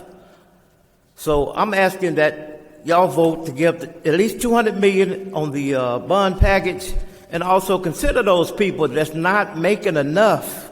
We got to do something for them, or our homeless problem is going to be a lot worse than what it is now. Thank you. Thank you. The next 10 speakers, when I call your name, please come forward and have a seat on the first 2 rows in the center section. Michael Dexter, Debbie Pena, Courtney Hunter, Danny Oberst, Jada Wooten, Chris Dowdy, Jonathan Dillahunty, Catherine McGovern, Brett Barrage, and Warren Milton. Michael Dexter, you may come to the podium. My name is Michael Dexter, and I'm a Jesuit senior residing in District 13. For my Wednesday community service this year, I volunteer with Fighting Homelessness, advocating for people with housing insecurities. Since August, my eyes have been open to the myriad populations grappling with this dilemma in the city of Dallas. One particularly vulnerable group that Fighting Homelessness focuses on is the youth aging out of the foster care system. The data produced by CASA in April 2022 shows 20% of youth aging out of foster care became homeless the day they turned 18 years old. Only 1 out of every 2 young people who age out will have some form of gainful employment by age 24. 7 out of 10 girls will become pregnant before age 21. There is less than a 3% likelihood for children who have aged out of care to earn a degree at any point in their lives. As my classmates and I stand on the brink of graduation, the anxieties accompanying moving away from our parents and contemplating dorm life weigh heavily on our minds. However, the stress and anxiety faced by young adults, our very peers, when confronted with these alarming statistics, are unimaginable. In the August 2023 report, Housing Insecurity and Homelessness Among College Students, written by Bipartisan Policy Center, highlighted the data produced by the survey of more than 195,000 students. Of those surveyed, 58% reported experiencing basic needs insecurity, defined as experiencing some sort of food insecurity, homelessness, or housing insecurity. In the 12 months prior to the survey, 14% of respondents report experiencing homelessness, and 48% experience some form of housing insecurity. Today, I stand before you as an advocate, passionately pleading with you to take meaningful action. I implore you to reconsider the allocation of $200 million towards affordable housing. It is an investment, not just in buildings, but in the dreams and aspirations of our youth. Thank you for your time and consideration. Thank you. Debbie Pena. Point of order, Mr. Mayor. Good morning. What is your point on? If we can restate the rules of the chamber, I don't believe signs are allowed to be held up while people are speaking, so we need to be fair to everyone who didn't bring a sign because they weren't allowed to bring one in. And in all fairness, we need to do the same or let everybody bring a sign. So we need to do one or the other. Thank you, Mr. Mayor. City Secretary, will you? That is correct. If you allow me, Would would you like me to read the rules? Yes, please. Okay, give me 1 second. Let me pull them.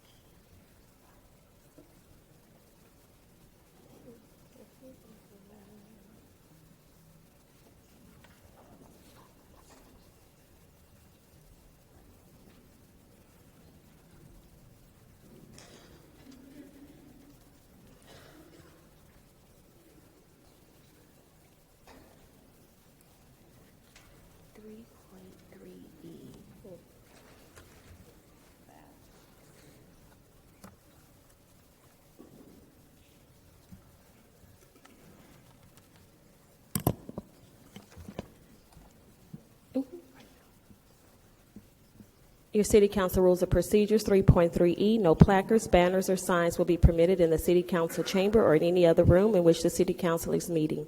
Exhibits, displays, and visual aids are in connection with presentations by the City Council, however, are permitted. Your next speaker, Debbie Pena.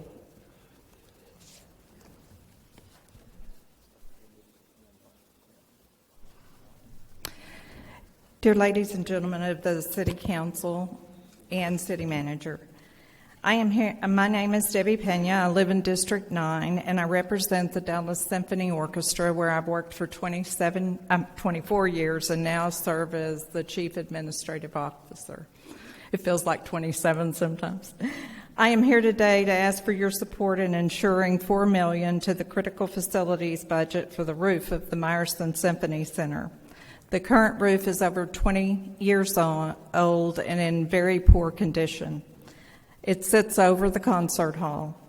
Not only is this a priority, but it has been a contractual agreement between the DSO and the City of Dallas since 2019 when we took over the management of the Meyerson. Since that time, the city has not had the funds to do the repairs, and we have been asked to put it on the bond.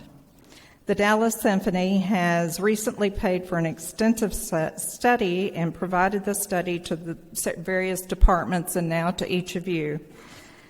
It is important to tackle this project as soon as possible. While we know these funds will not be available readily, we are embarking on a second study so that we can find modifications that can be made in the interim to slow the effects of these leaks. The Dallas Symphony asks for your support, ensuring the $59 million to cultural facilities necessary to upkeep all of our cultural venues in good repair, and to the $4 million to keep the Meyerson being one of the best concert halls in the world. This is really a wonderful and amazing venue for the citizens of Dallas, and we ask that you help support it. Thank you so much. Thank you. Courtney Hunter. Good morning, y'all. My name's Courtney. I'm here with the Dallas Neighbors for Housing and Dallas Housing Authority, or not Housing Authority, sorry, Housing Coalition. I live and work in District 14, and this makes 2 years, this month makes 2 years that I've lived downtown without a car. For health, safety, and financial reasons, I would love to keep it that way. I take public transit every day to work, and I either walk or borrow a neighbor's car to go get groceries. And I would love, I just dream of owning a home in Dallas that would allow me to continue to live and work here without a car. Right now, that's not an option for me.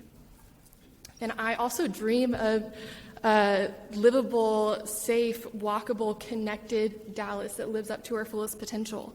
And right now, I know that there's a lot of things that have to happen in order that we see the fullest potential. For example, I love parks. I fully agree that we should invest in them. However, in my experience, parks are a lot less safe and enjoyable whenever people with nowhere else to go are living there. And so I'm urging you to support not only $200 million for housing, but also that we do everything that we can do to ensure that our city code encourages diverse, profitable housing, not just luxury apartments. Thank you. Thank you. Danny Oberst. Good morning. I'm Danny Oberst, a resident of District 14. I'm here this morning to join our Honorable Mayor, Eric Johnson, in advocating for the maximum funding of the Parks and Recreation Department. My wife and I purchased our current home in large part because it was just a half a block from a Dallas City park. And the park is truly the focal point for our community and is a huge contributor to our quality of life. I think the park department, more so than the other municipal functions, speaks to the heart and soul of our city and is oh so necessary in an urban living environment. Over the last 35 years that I've been a homeowner here in Dallas, I've watched in dismay as the park department has been one of the first departments to take a financial hit whenever the city's budget is a little bit tight. Well, that is not the case today, and it is time to invest in our park system. I am in support of fully funding the park department, but more specifically, the proposed new rec center at Exall Park. Exall is only one of the 43 Dallas recreation centers without a gymnasium. The only one. My Bryan Place community has been working towards this goal for more than 2 decades. And at each capital bond cycle, we are told it will come next time. Well, that time is now. Please join me in supporting our Parks Department and a new rec center at Exall Park. That's your time. Thank you. Thank you. Jada Wooten.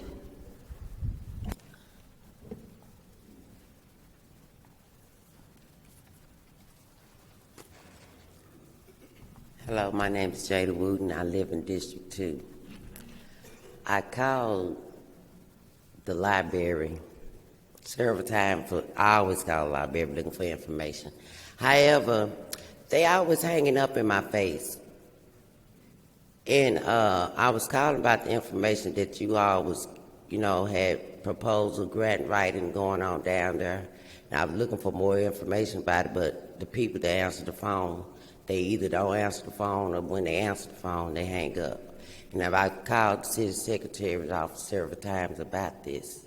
And so they told me, did I want to come down here and speak? So that's the main reason I'm down here. And as I come down here today, I see you all speaking on housing. And that was one of my mother's main focus in the city of Dallas, housing for poor people. My mother's name was Gwynne Wooten. And today, there is no housing for poor people in this city, not where I was raised. And I know that President Roosevelt created some funding for the government to send out money for each city around the world, housing for poor people. And also, I know that when it's a drug-infested area, the government money is created to use to help fund that part of the city for housing. And I don't see anywhere that we could live with these new developments around this city. And when I look for low-income housing, I see affordable housing. And I need to know the difference between low-income housing and affordable housing. Can somebody tell me that? As I speak today, as a child, I recall my mother coming down here and That's your time. all right, and I need to come back. Chris Dowdy. Good morning. Thank you for the opportunity to address you this morning and for hearing from all the members of the community that have gathered today. I'm speaking to you as the Vice President for Strategy at Forest Forward. We serve the people of South Dallas and D7. It's a privilege to do this work. We have three chief aims which we pursue revitalization in South Dallas at Forest Forward through supporting education, housing, and economic opportunity. And each of those three things have a bearing on the discussion of the bond funding and other public funding today. So I'll mention briefly three ways that I think we can encourage and affirm some of the progress we've made and also ask for your consideration in others. We partner closely with MLK Arts Academy there in South Dallas to support the development and implementation of arts programming. And to the degree that you have seen recommendations from the committees to support arts in the city, we commend that. We think that's a great direction for us to go. And we support the arts as a means of opportunity for the students in South Dallas. So we ask that you affirm and extend that funding in the proposal. We're also committed to developing mixed-income housing in our area and acknowledge that the amount that's allocated currently in the proposal is not sufficient to meet the crisis. We ask that you consider raising it. And finally, we've assembled more than $45 million to support the revitalization of the Forest Theater itself. We need $6.5 million of improvement to public infrastructure surrounding the theater in order to make sure the toilets can flush. So we ask for your support and help to make sure that we can actually light up that marquee and fulfill our promise to make sure that we can bring the Forest Theater to life. So I ask your consideration either in this bond or other public funding to make sure that goal is achieved. Thank you for your time. Thank you. Jonathan Dillahunty. Jonathan Dillahunty is not present. Catherine McGovern.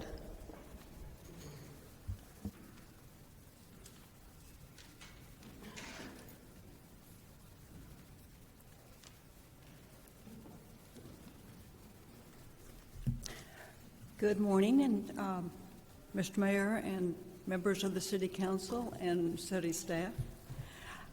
I'm here on behalf of the Preston Royal Library Friends and also all of us who live in this area of Dallas. That is the area that is in District 13 and in District 11.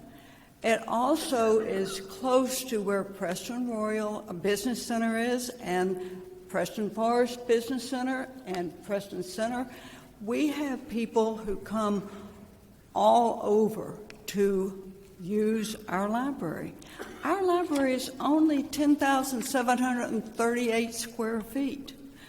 We are asking that that from this bond allocation, you increase the amount of money that you are going to allocate from the bond for our library to pay to bring us to 8,000 square feet. You know, that's not much. In 1964, when our library was built, 10,000, 11,000 was adequate because the population was very low. But, in 59 years, things grow. I mean, we grow older, people come in and move, businesses come in, and everyone is using the library. It is something that we need your support on. And I have not heard any of the city council members say they don't support libraries, but you've got to have a library at a sufficient size to meet the needs of the people who come in. 18,000 square feet is the standard for a branch library in Dallas. I see that the recommendation is for $9 million in District 13 for a library. I'm hoping it's press That's your time. Well, thank you all. I appreciate your listening, and I hope that you will follow our request. Thank you. Thank you. Brett Barash.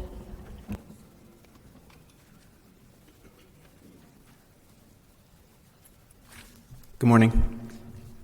My name is Brett Lance Barish, and I live in District 7, and I work in District 4, and I'm here representing Teach Plus Texas as a senior fellow.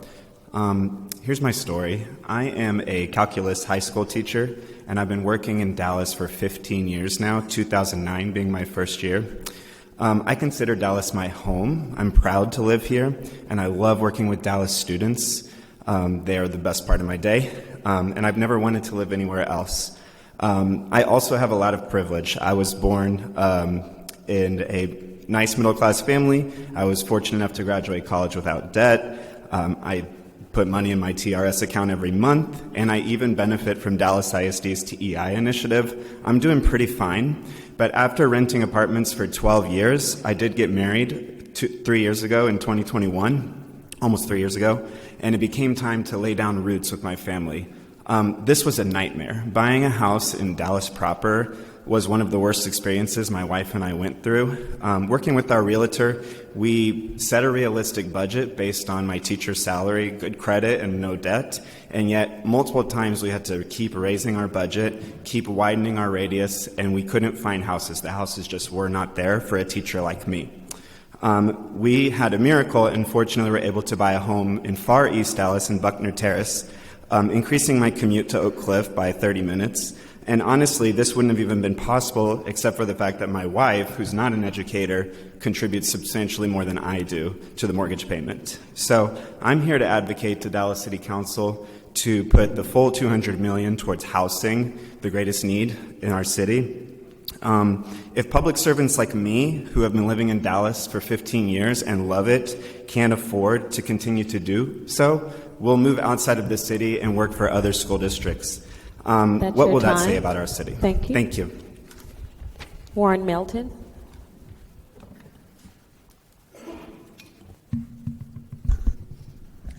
Good morning, Warren Melton, District 2. I'm here to speak in support of the Parks and Trails bond package. The mobility alternatives that are part of the green infrastructure that connects us not just to our parks but to all our daily lives, our other destinations. I sent you a deeper history about how Parks and Trails benefit Dallas citizens. I won't repeat that here, but years ago, Dr. Kenneth Cooper handed me a book he had just published called Aerobics.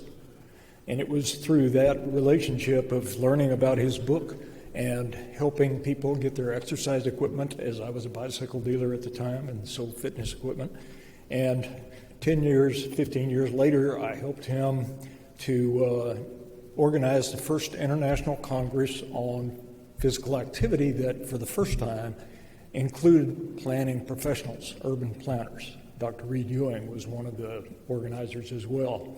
And in that, there was a revelation that came out of that conference that acknowledged that coaching and gyms and prescription workouts we're not nearly as effective as being able to incorporate physical activity into our daily lives.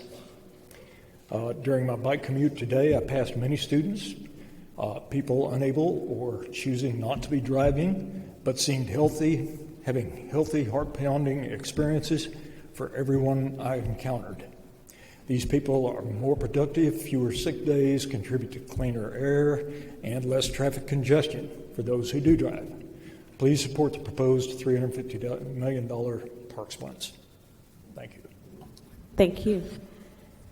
The next 10 speakers, when I call your name, please come forward and have a seat on the 2 rows in the center section.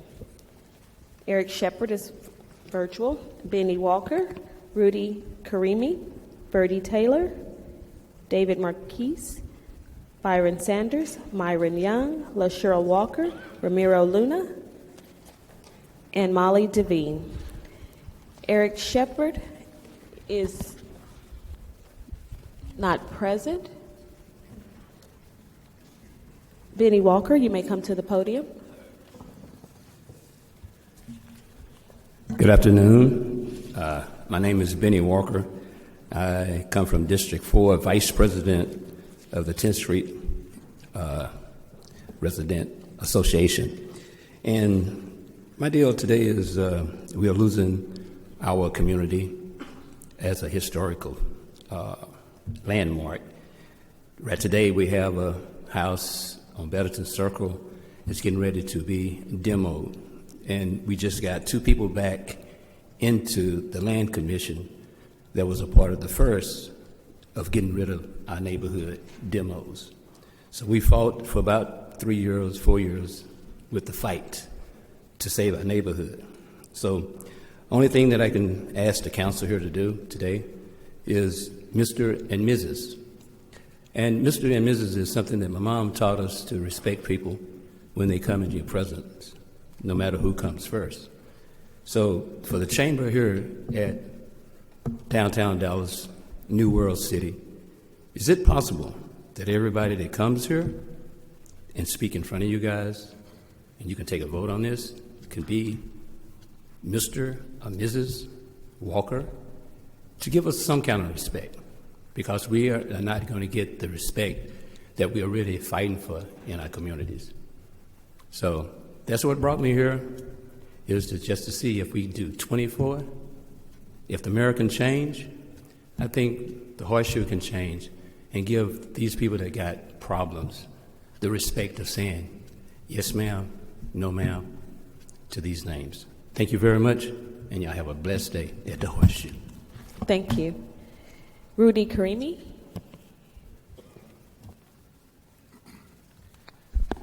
Good morning, everyone. My name is Rudy Karimi, 6214 Goliad, Council District 14. I'm here to ask for your sincere consideration for the full $350 million for parks and play a little game I like to call Did You Know with a few of the recommendations. Playgrounds. There are 30 new playgrounds recommended in this bond. Did you know this is the single largest request for new playgrounds out of any bond in our city's history? Did you know that playgrounds are oftentimes the single most utilized amenity in our parks? Did you know that these 30 playgrounds were selected exclusively from a list of playgrounds that have aged out or plagued with maintenance issues due to overuse? Did you know large, unique replacement parts such as slides can take 16 months for delivery and installation? Rec centers, there are several recommended for replacement, expansion, and renovation. Did you know rec centers aren't just basketball courts and workout rooms anymore? Nowadays, they include separate senior centers with dedicated senior programming, commercial-grade kitchen for culinary arts, and audio, video, and tech rooms for teens who just want to create content, mix music, or learn how to code. Partnership matches. Did you know our city wouldn't be what it is today without the Dallas Zoo, the Arboretum, Clyde Warren Park, the Katy Trail, or Turtle Creek? Did you know these partners contribute millions of dollars into these spaces, and we cannot do it without them? And lastly, skate parks. There is $2.5 million recommended for 3 skate parks in this bond. Did you know skate parks provide recreation to more than just skateboarders? Did you know they provide recreation to rollerbladers, roller skaters, scooter riders, and BMX bikers? Did you know there are more rollerbladers, roller skaters, scooter riders, BMX bikers, and skateboarders in the U.S. than there are baseball players or soccer players. Did you know that young skaters and scooter riders are just the cutest little things in the world? Did you know there is nothing to be afraid of? And finally, That's your did you time. know that skateboarding you. is not a crime? Thank you. Thank you. Verdi Taylor.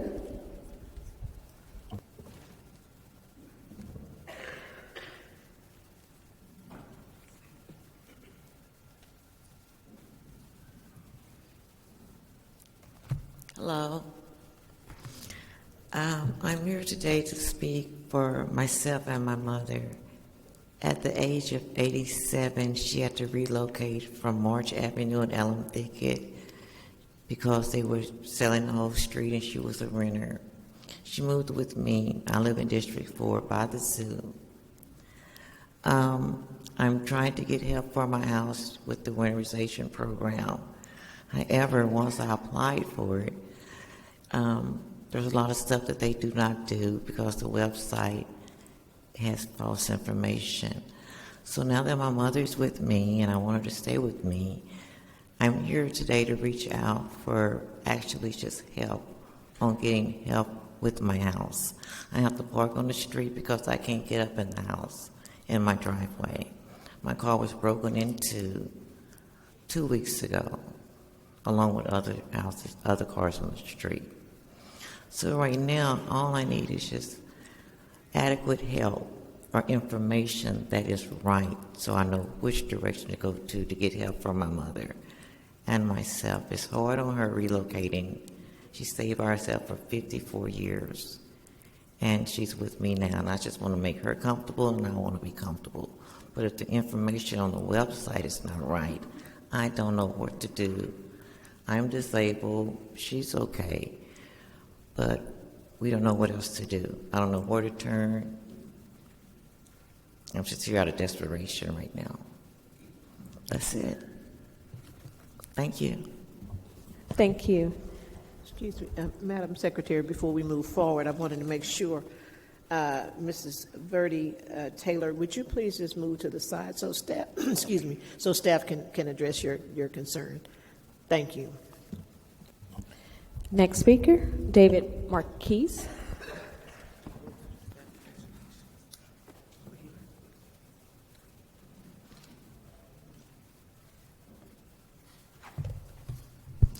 Good morning. My name is David Marquis, 3110 West Keith Boulevard in Oak Cliff, Texas, District 3. In December of 1999, I stood in this exact spot to address the council to bring to them a package for their vote and for their approval.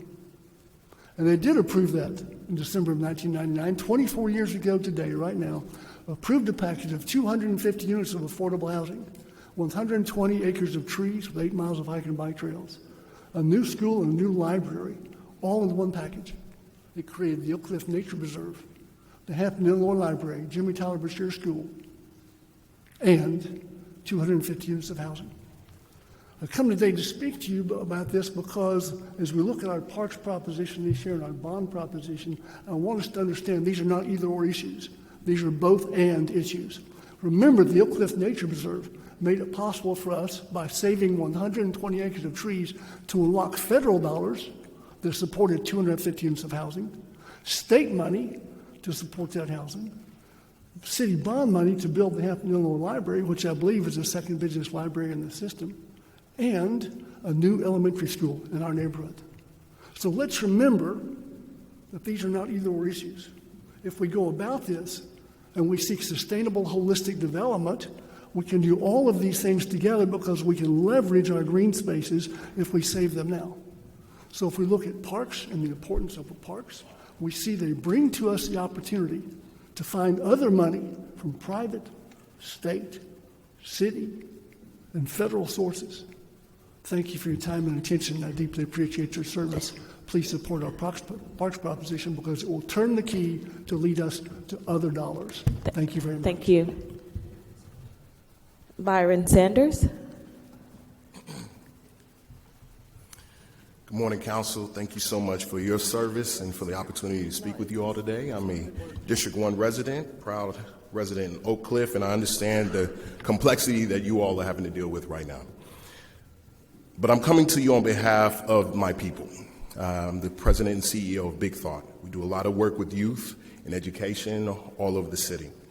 I'm coming to you on behalf of these workers, these educators. They love their work. From the recent grad who's found purpose in a vocation that serves those who are only recently experiencing what they went through, to the lifer, the seasoned vet who has worked with youth in the juvenile system because they know well the darkness of their own trauma and the light that a caring and skilled hand can bring.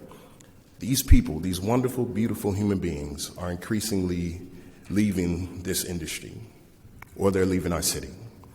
And the number one reason why is because of the affordability of housing. Where do they live? What's sad is that you all have heard a lot of different statistics. You know, I don't have to lecture you about all of this, but I also want to talk a little bit about what housing could also mean. I just had a recent opportunity to visit South Carolina, and I got to know more about the history of the Gullah community. The first exercise in freedom for black people during the Civil War, not after. And these black people on this island, these former enslaved folks, had their first exercise at freedom when they were given and granted the opportunity to own land and own a house. Those homes still exist in those families today. And when you talk about legacy, people today deserve that exact same opportunity. I'm also advocating for the $59 million in deferred maintenance for arts and cultural institutions as well. Thank you all so very much. Myron Young.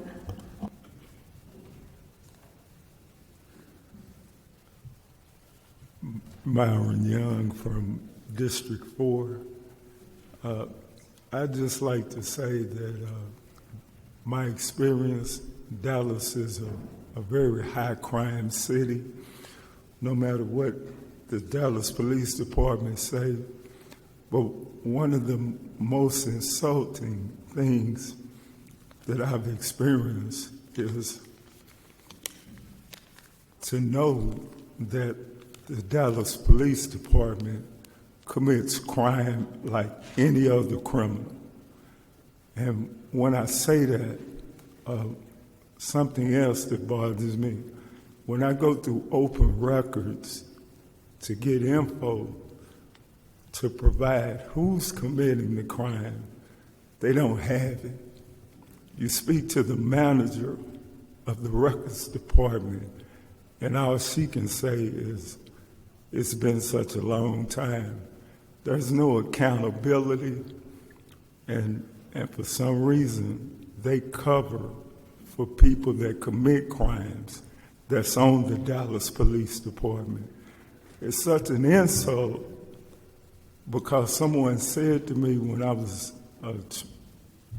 about to get picked for a jury that a police department is supposed to have integrity.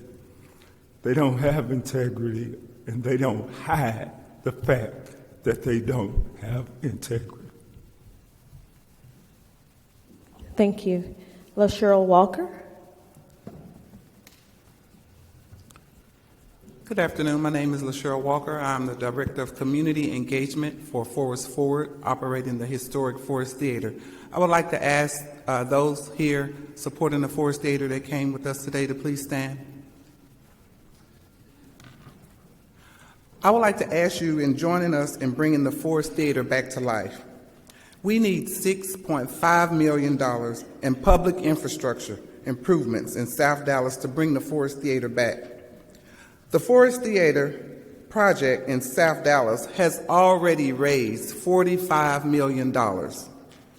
Because of the historic neglect of South Dallas, the theater needs an additional $6.5 million of improvements to sewer, utilities, and streets surrounding the theater to function. These public improvements will replace clay pipes and broken asphalt adjacent to the streets. These public improvements will make it safer for the MLK students at the MLK Arts Academy, as well as our community residents to access the theater for classes, activities, and events.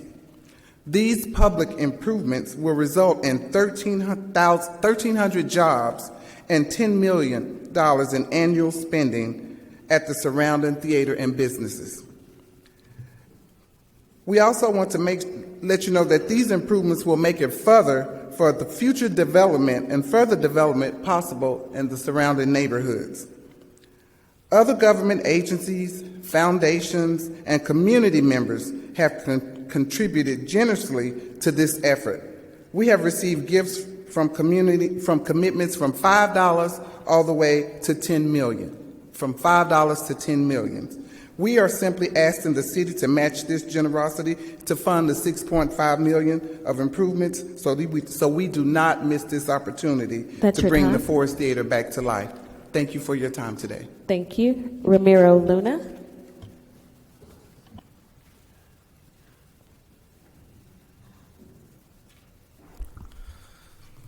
Good morning, Council Member. My name is Ramiro Luna, 2206 Melbourne Avenue, Oak Cliff, Texas. I'm the Executive Director and co-founder of Somos Tejas, an organization that focuses on bridging civics, cultural development, and community together. We spend the better part of the year engaging our communities and figuring out what their greatest needs are. Overwhelmingly, that greatest need is housing security. And these are by way of engaging with the community that is the economic backbone of our city, the essential workers, the workforce that help propel our city during the most difficult times of COVID and the quarantine. The difficulty about this is that these essential workers and the people that we counted on, they're not being reciprocated the same type of support that they did for us whenever we needed it the most. The sad thing about it is that many of these workers and family members are having to decide whether to pay mortgage or to put food on the tables. And these are the same people that are the ones responsible for being able to bring food to your table. I think whenever we think about our community and the other departments that need support, we must realize that who's going to be taking advantage of the parks and the arts if you're pushing our community out? Our workers, our workforce, they need to have sustainability and affordable housing, and that's why I stand with the $200 million allocation for housing. Thank you for your time, and I yield my time. Thank you. Molly Devine.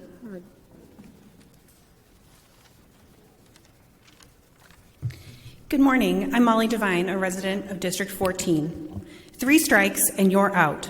Something I'm here to talk about today as it relates to the proposed Parks and Rec funding and a skate park at Glencoe Park in the 2014 bond package. I want you to remember this proposed project has 3 strikes, and I'm asking you as a District 14 constituent to call it out. Strike 1. This project was not community-driven. The roots of this project stem from a third-party skate park advocacy group. District 14 did not ask for this, which brings me to strike 2. This project is not community-supported. 80% of residents in the surrounding neighborhoods of Glencoe do not support a skate park, and hundreds of individuals from across Dallas have signed a petition in opposition. The bulk of support for this is from outside of District 14, and while yes, parks are for everyone, this nuance matters because of strike 3.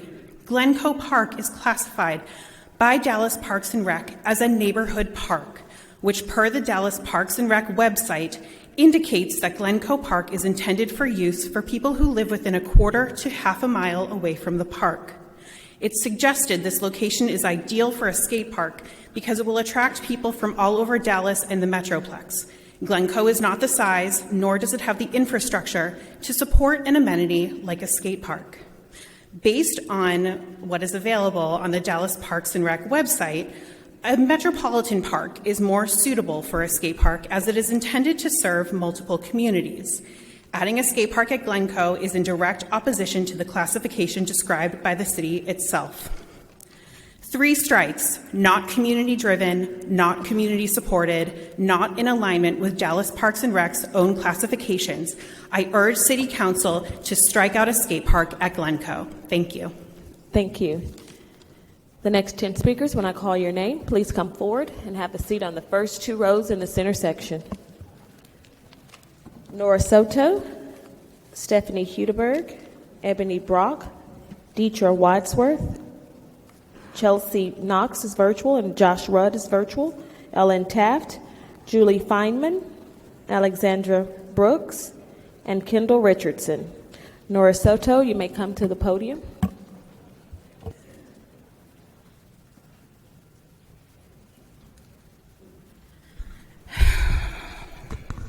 My name is Nora Soto.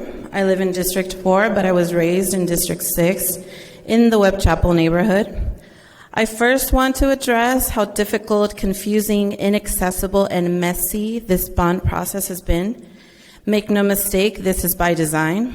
The city does not truly want the input of its residents, nor does it care what we want to prioritize. They only want the optics of being an open and fair decision-making body. That being said, the people will always find a way to make themselves heard, and we are not going anywhere. The biggest issue here today is the recommendations made for affordable housing. The amount that is being recommended is honestly laughable. It should not only be increased significantly, but also we should be making sure that when this money is used to build affordable housing by the highest bidder, it is actually affordable. Making sure that every person in the city is housed should not be a controversial opinion. I'm also here as an artist and an advocate for art accessibility in our communities.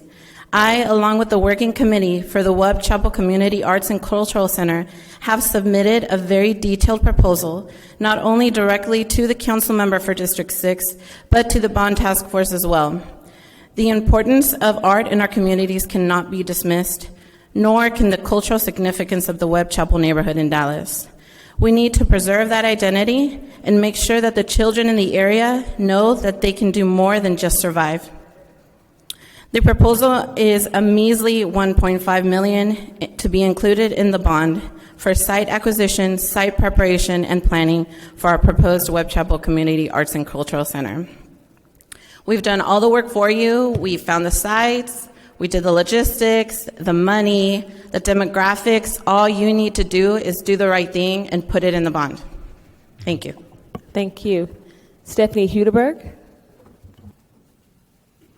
Good morning. My name is Stephanie Keller-Hudeberg. I am a resident of D14, and I am also the executive director of the Deep Elm Foundation. Thank you all for your time this morning. Today, I wish to speak on behalf of the Deep Elm Historic District and a game-changing citywide project, the Dallas Cultural Trail. Deep Elm, as I hope you all know, is the most walkable city neighborhood in Dallas. It's a main attraction for tourists, our premier entertainment district, and the closest entertainment district to the convention center. It is a cultural powerhouse with 25 live music venues, theaters, galleries, comedy clubs, 100 bars and restaurants, and over 150 murals. In this bond, we request streets investment in our neighborhood. It is one of the few neighborhoods in the inner core that still has unimproved alleys, for example, flooding neighborhood residents and businesses. We appreciate the support on the streets package. I'm also here in support of our parks, and particularly our trails. The Deep Elm Foundation supports our neighboring Santa Fe Trail bond request, and we're excited to share that Deep Elm is part of a forthcoming Dallas Cultural Trail project, which is a collaboration of an incredible group of stakeholders from the Arts District of Fair Park and the Office of Arts and Culture, which has already invested in this project. The Dallas Cultural Trail will connect the 3 state-recognized cultural districts for the city of Dallas, which is Deep Elm, Fair Park, and the Arts District. And the intent is to highlight the richness of local history, arts, and architecture to the public through both digital and physical trail experiences. This will attract and enhance cultural tourism and increase economic stimulation to these 3 designated cultural districts and the city of Dallas. It will serve as an educational tool for Dallasites, including students, and activate gathering grounds for cultural activity in our city. In this post-pandemic moment, we can all appreciate the importance of rich experiences, including cultural experiences. Dallas deserves to have a cultural trail to enrich, educate, and bring people together through these experiences. This project spans the 3 council districts and also is, as I mentioned, involved the Office of Arts and Culture. Thanks for your time. Thank you. Thank you. Ebony Brock. Good morning. My name is Ebony Brock, and I'm the Executive Community Outreach Director for the Constellation of the Living Memorials. I am also a proud resident of my Junius Heights neighborhood. I am here today to not only in support of parks, but also to advocate for funding for the constellation of living memorials. Quoting scientist Maduhan Kati, cities create challenging environments for many non-human species, and the presence of non-humans in cities influences the health and well-being of the humans with whom they share the environment. Systematic racist practices such as past residential segregation, enacted in part through redlining, have led to an unequal distribution of nature within the cities. These iniquities continue to play out in both the ecological processes of the cities and the welfare of their residents. Often the interests of other living species and marginalized humans align. It is very much a colonial perspective to think about humans and wildlife as separate. We need to start thinking about humans and wildlife together in the landscape. With that being said, cemeteries like urban public parks are an important part of the urban ecosystem. By providing semi-natural habitats for many oftentimes endangered plants and animal species, as well as a wide range of ecosystems, they can not only improve air quality and reduce the urban heat island index phenomenon, but also provide aesthetic and recreational values to these underserved communities. Cemetery wildlife, plants, and sanctuaries will not only strengthen these local economies and reverse nature disorder, but also connect the past and future generations while creating neighborhood pride. The Constellation of Living Memorial creates a unique opportunity for the City of Dallas to partner and dissolve this unequal distribution gap. Please consider joining us in making history. I also support affordable housing. Thank you. Deetra Wadsworth. Good morning. My name is Deetra Wadsworth, and I'm from District 12. I'm here today to talk to you about something that has not been mentioned so far. And I've heard a lot about affordable housing, and I do support affordable housing.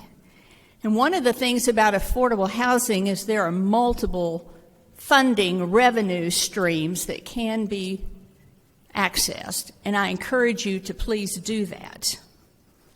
What is paramount, what is crucial for this council, our mayor, our city manager to understand is that the top priority in our city is public safety. Funding our police and firefighters' pension fund has to be addressed. We've been kicking the can down the road, and our interest debt is growing. As a member of the Community Police Oversight Board, I know that the pension fund is a recruitment issue and a retention issue in our police department. There is no other funding sources for that pension fund other than you, each one of you, elected to do your duty. So please stop kicking that can down the road. Take another look at how you're spending and borrowing money. Use the credit of the City of Dallas to its full benefit to address these unmet needs. I urge you to take it seriously how we fund the police pension plan. Thank you. Thank you. Chelsea Knox is not present. Josh Rudd is not present. Ellen Taft. Good morning. Ellen Taft. I live in District 3. Mayor Johnson, you recently praised acquisition of the 282 acres of parkland in the very southwest corner of Dallas. But the Parks Department currently does not have money to protect these acres of trees and the only real hills in Dallas.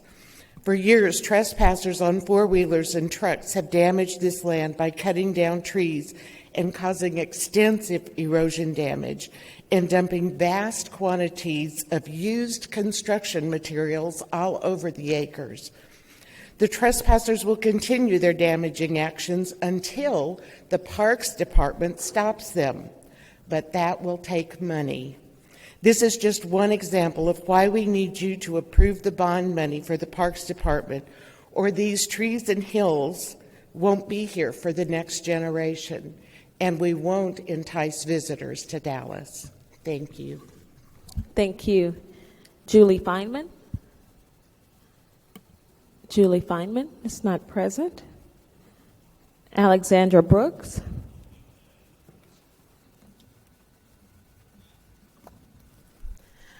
Good morning, Mayor and Council. My name is Alexandra Brooks, and I'm a resident of District 2, and I'm here to advocate for increased bond funding for affordable housing. I was born and raised my whole life in this city, and after graduating college earlier this year, I moved back to Dallas with the hope of setting down long-term roots and eventually buying a house. This is the community that raised me and one I love dearly, and one I hope to eventually raise my family in. However, as a recent graduate and young professional, it has been very difficult to find affordable housing. This is a rapidly growing city, and lifetime residents and young people like myself are being forced to look elsewhere for housing. As others have cited, in June of this year, the city released its 2023 community survey, which stated that affordable housing was the #1 issue for Dallas residents, and yet the recommended amount for housing by the task force does not reflect that. I implore the council to allocate at least $200 million towards housing in this upcoming bond. Thank you. Thank you. Kendall Richardson is not present. The next 10 speakers, when I call your name, please come forward and have a seat on the first 2 rows of the center section. Joe Hargis, Valerie Ballard, Sarah Elias, Dominique Alexander, Geraldo Venegas Jr., Nathaniel Barrett, Alexander Lee, Caleb Roberts, Nate Hemby, and Augustine Artega. Joe Hargis, you may come to the podium.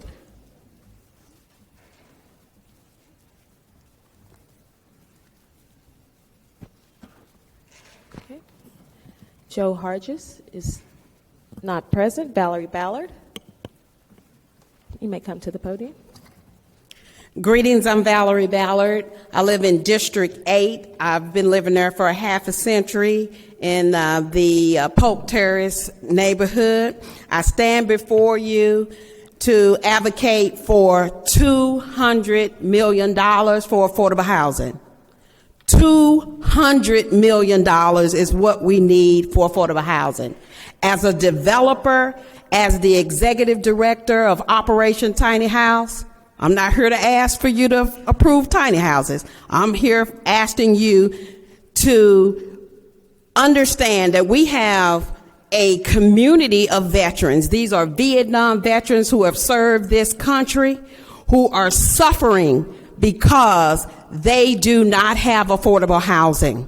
I'm going to share an email with you that I got from Mrs. Carr. She wrote, I am a disabled veteran, 73 years old, desperately trying to find someone who will assist me in making repairs to my home so that I don't have to lose it. I have no computer. I can't text. I have a simple flip phone. My monthly water bill is $600. I cannot afford to pay my water bill and pay my house note.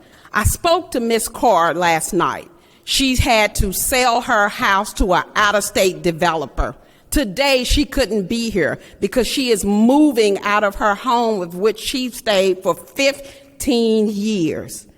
I say to you, you need to understand that we deserve to have housing for everybody, veterans and everybody. They do not deserve to sleep under our bridges and on our streets. I urge you to give us $200 million so that we can house everybody in Dallas.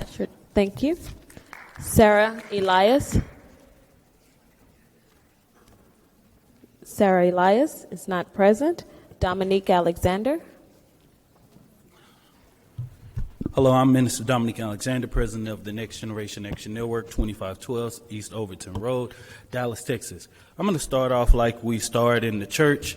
If you're a pastor or a minister, when you come to the pulpit, you say, thank God, praise God, to the minister in his absence. And I would say, in this case, to the mayor in his repeated absence. It's a continuation of the mayor to start stuff in the media and then hide himself later on.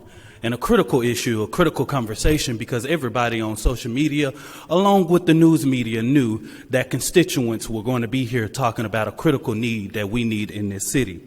I will start off by saying, in the words of Fannie Lou Hamer, never forget where you come from, always praises the bridges that carry us over. Let me say this real quick. You know, I've been in nonprofit. We know that our parks and our needs in our park can be raised by philanthropy. Hell, they just announced a $300 million park just the other day. Critical needs. Who are we putting first? We're putting gentrification first when we say, oh, we're going to fund parks over humans. When we're going to fund parks over critical needs, and yet in the same sentence say that we have a homeless issue, but yet we're going to fund parks. But I want to say this real quick, and the last things, for so many people that say, I support police and support and all this type of stuff, who do you think you building affordable houses for? When you say, I'm going to build parks, you tell that officer and that one there with those badges, it's okay, you can sleep in the park. Affordable houses is for the people that work for you. Affordable houses is the people that serve and protect this public safety in our communities. That's what you're denying right now. Those people that critically come before you saying, hey, can I get a raise? That's what affordable housing is. So look at that and reflect on it when you vote on that. Thank you. Thank you. Geraldo Venegas, Jr. Good morning, everybody. This morning, we've been talking about a lot of different issues here in our city. I've lived in Dallas my entire life. I was born in Mexico. I'm a son of immigrants, and I had to see my dad and my mom work very hard. But thankfully, it was really my dad that was working most of the time. He was out of the house, and it was my mom that was able to take care of me. Single parent homes, you know, they're a lot more ubiquitous now. And with that much being said, a single income used to be able to pay for rent. Do you think it can do that now? All of these kids who lose both of their parents, you know, during the day or, you know, sometimes even in the afternoon because they're working late, just trying to make the payment. It's not just affecting the working adults, the people who are making those payments. It's affecting the kids. It's affecting the future of Dallas. Is it not? If we can't focus on the things that truly matter, a park's great, all right? Arts is awesome, but none of that has any sort of value when people are struggling to find a place to live, all right? 3 minutes is really not enough to express my passion for the subject, but I think you guys all can kind of hear, you know, how important this is to me, and I'm certain you all have heard how important it is to everybody here. So with that much being said, please make the right decision. $200 million should be the bare minimum. Thank you. Thank you. Nathaniel Barrett is not present. Alexander Lee.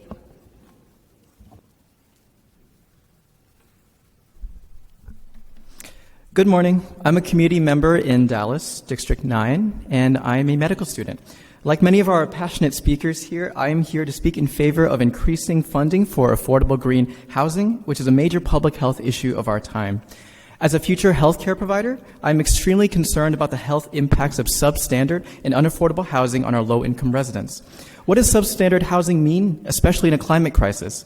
It means every season change brings scorching heat waves to freezing temperatures, which all become a test for survival.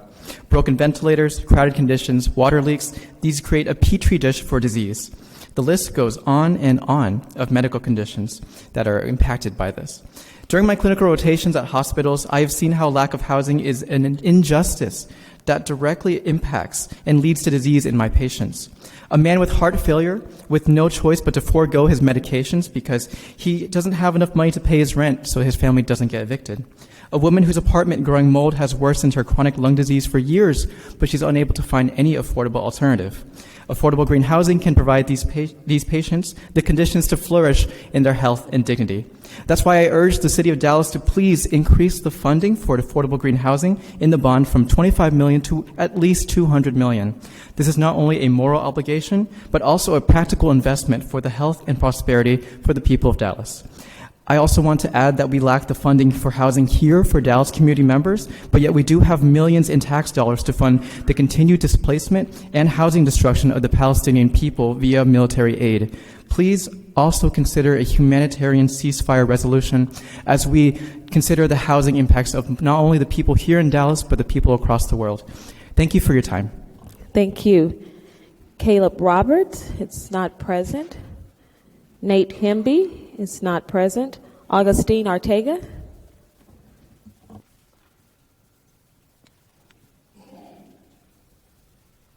Good morning, and thank you, council members, for letting me address you. I am Agustin Arteaga. I'm the Eugene McDermott Director at the Dallas Museum of Arts. I first want to thank the Community Bond Task Force for all their hard work and for the proposal they presented to you. I also want to acknowledge the incredible support that we have seen and heard today for the arts in our city. We are so proud to be part of this arts ecosystem. The DMA is one of the largest museums in the country and one of the greatest assets of our city, with a collection of over 25,000 objects representing cultures, both past and present, from around the world, and where all citizens from Dallas can see themselves reflected. We have free admission and welcome over 600,000 children and adults a year because access for all is a priority. In 1984, the DMA was the first building on what is now the booming art district. And we were part of the transformation and of what is the downtown today. But 40 years later, the Dallas Museum of Art, a city-owned facility, is in desperate need to repair. We join our partners in supporting the recommended $59 million for the arts facilities, while respectful asking that you consider additional $5 million for the Dallas Museum of Art. This will address our most urgent needs, including HVAC, fire control, and electrical system. It would also allow us to successfully move forward with an upcoming $175 million campaign to reimagine the DMA. With this campaign, we will match with private money the request bond funds 9-1. We thank you for all you do. Thanks. Mr. Mayor? It's 12 o'clock. We're going to break for lunch and return by 1 o'clock. But before we break for lunch, we have a birthday person who served in the military by the name of Chairman West. And who is our famous leader, singer, Alan Balladue. What band is that, Chairman Bass?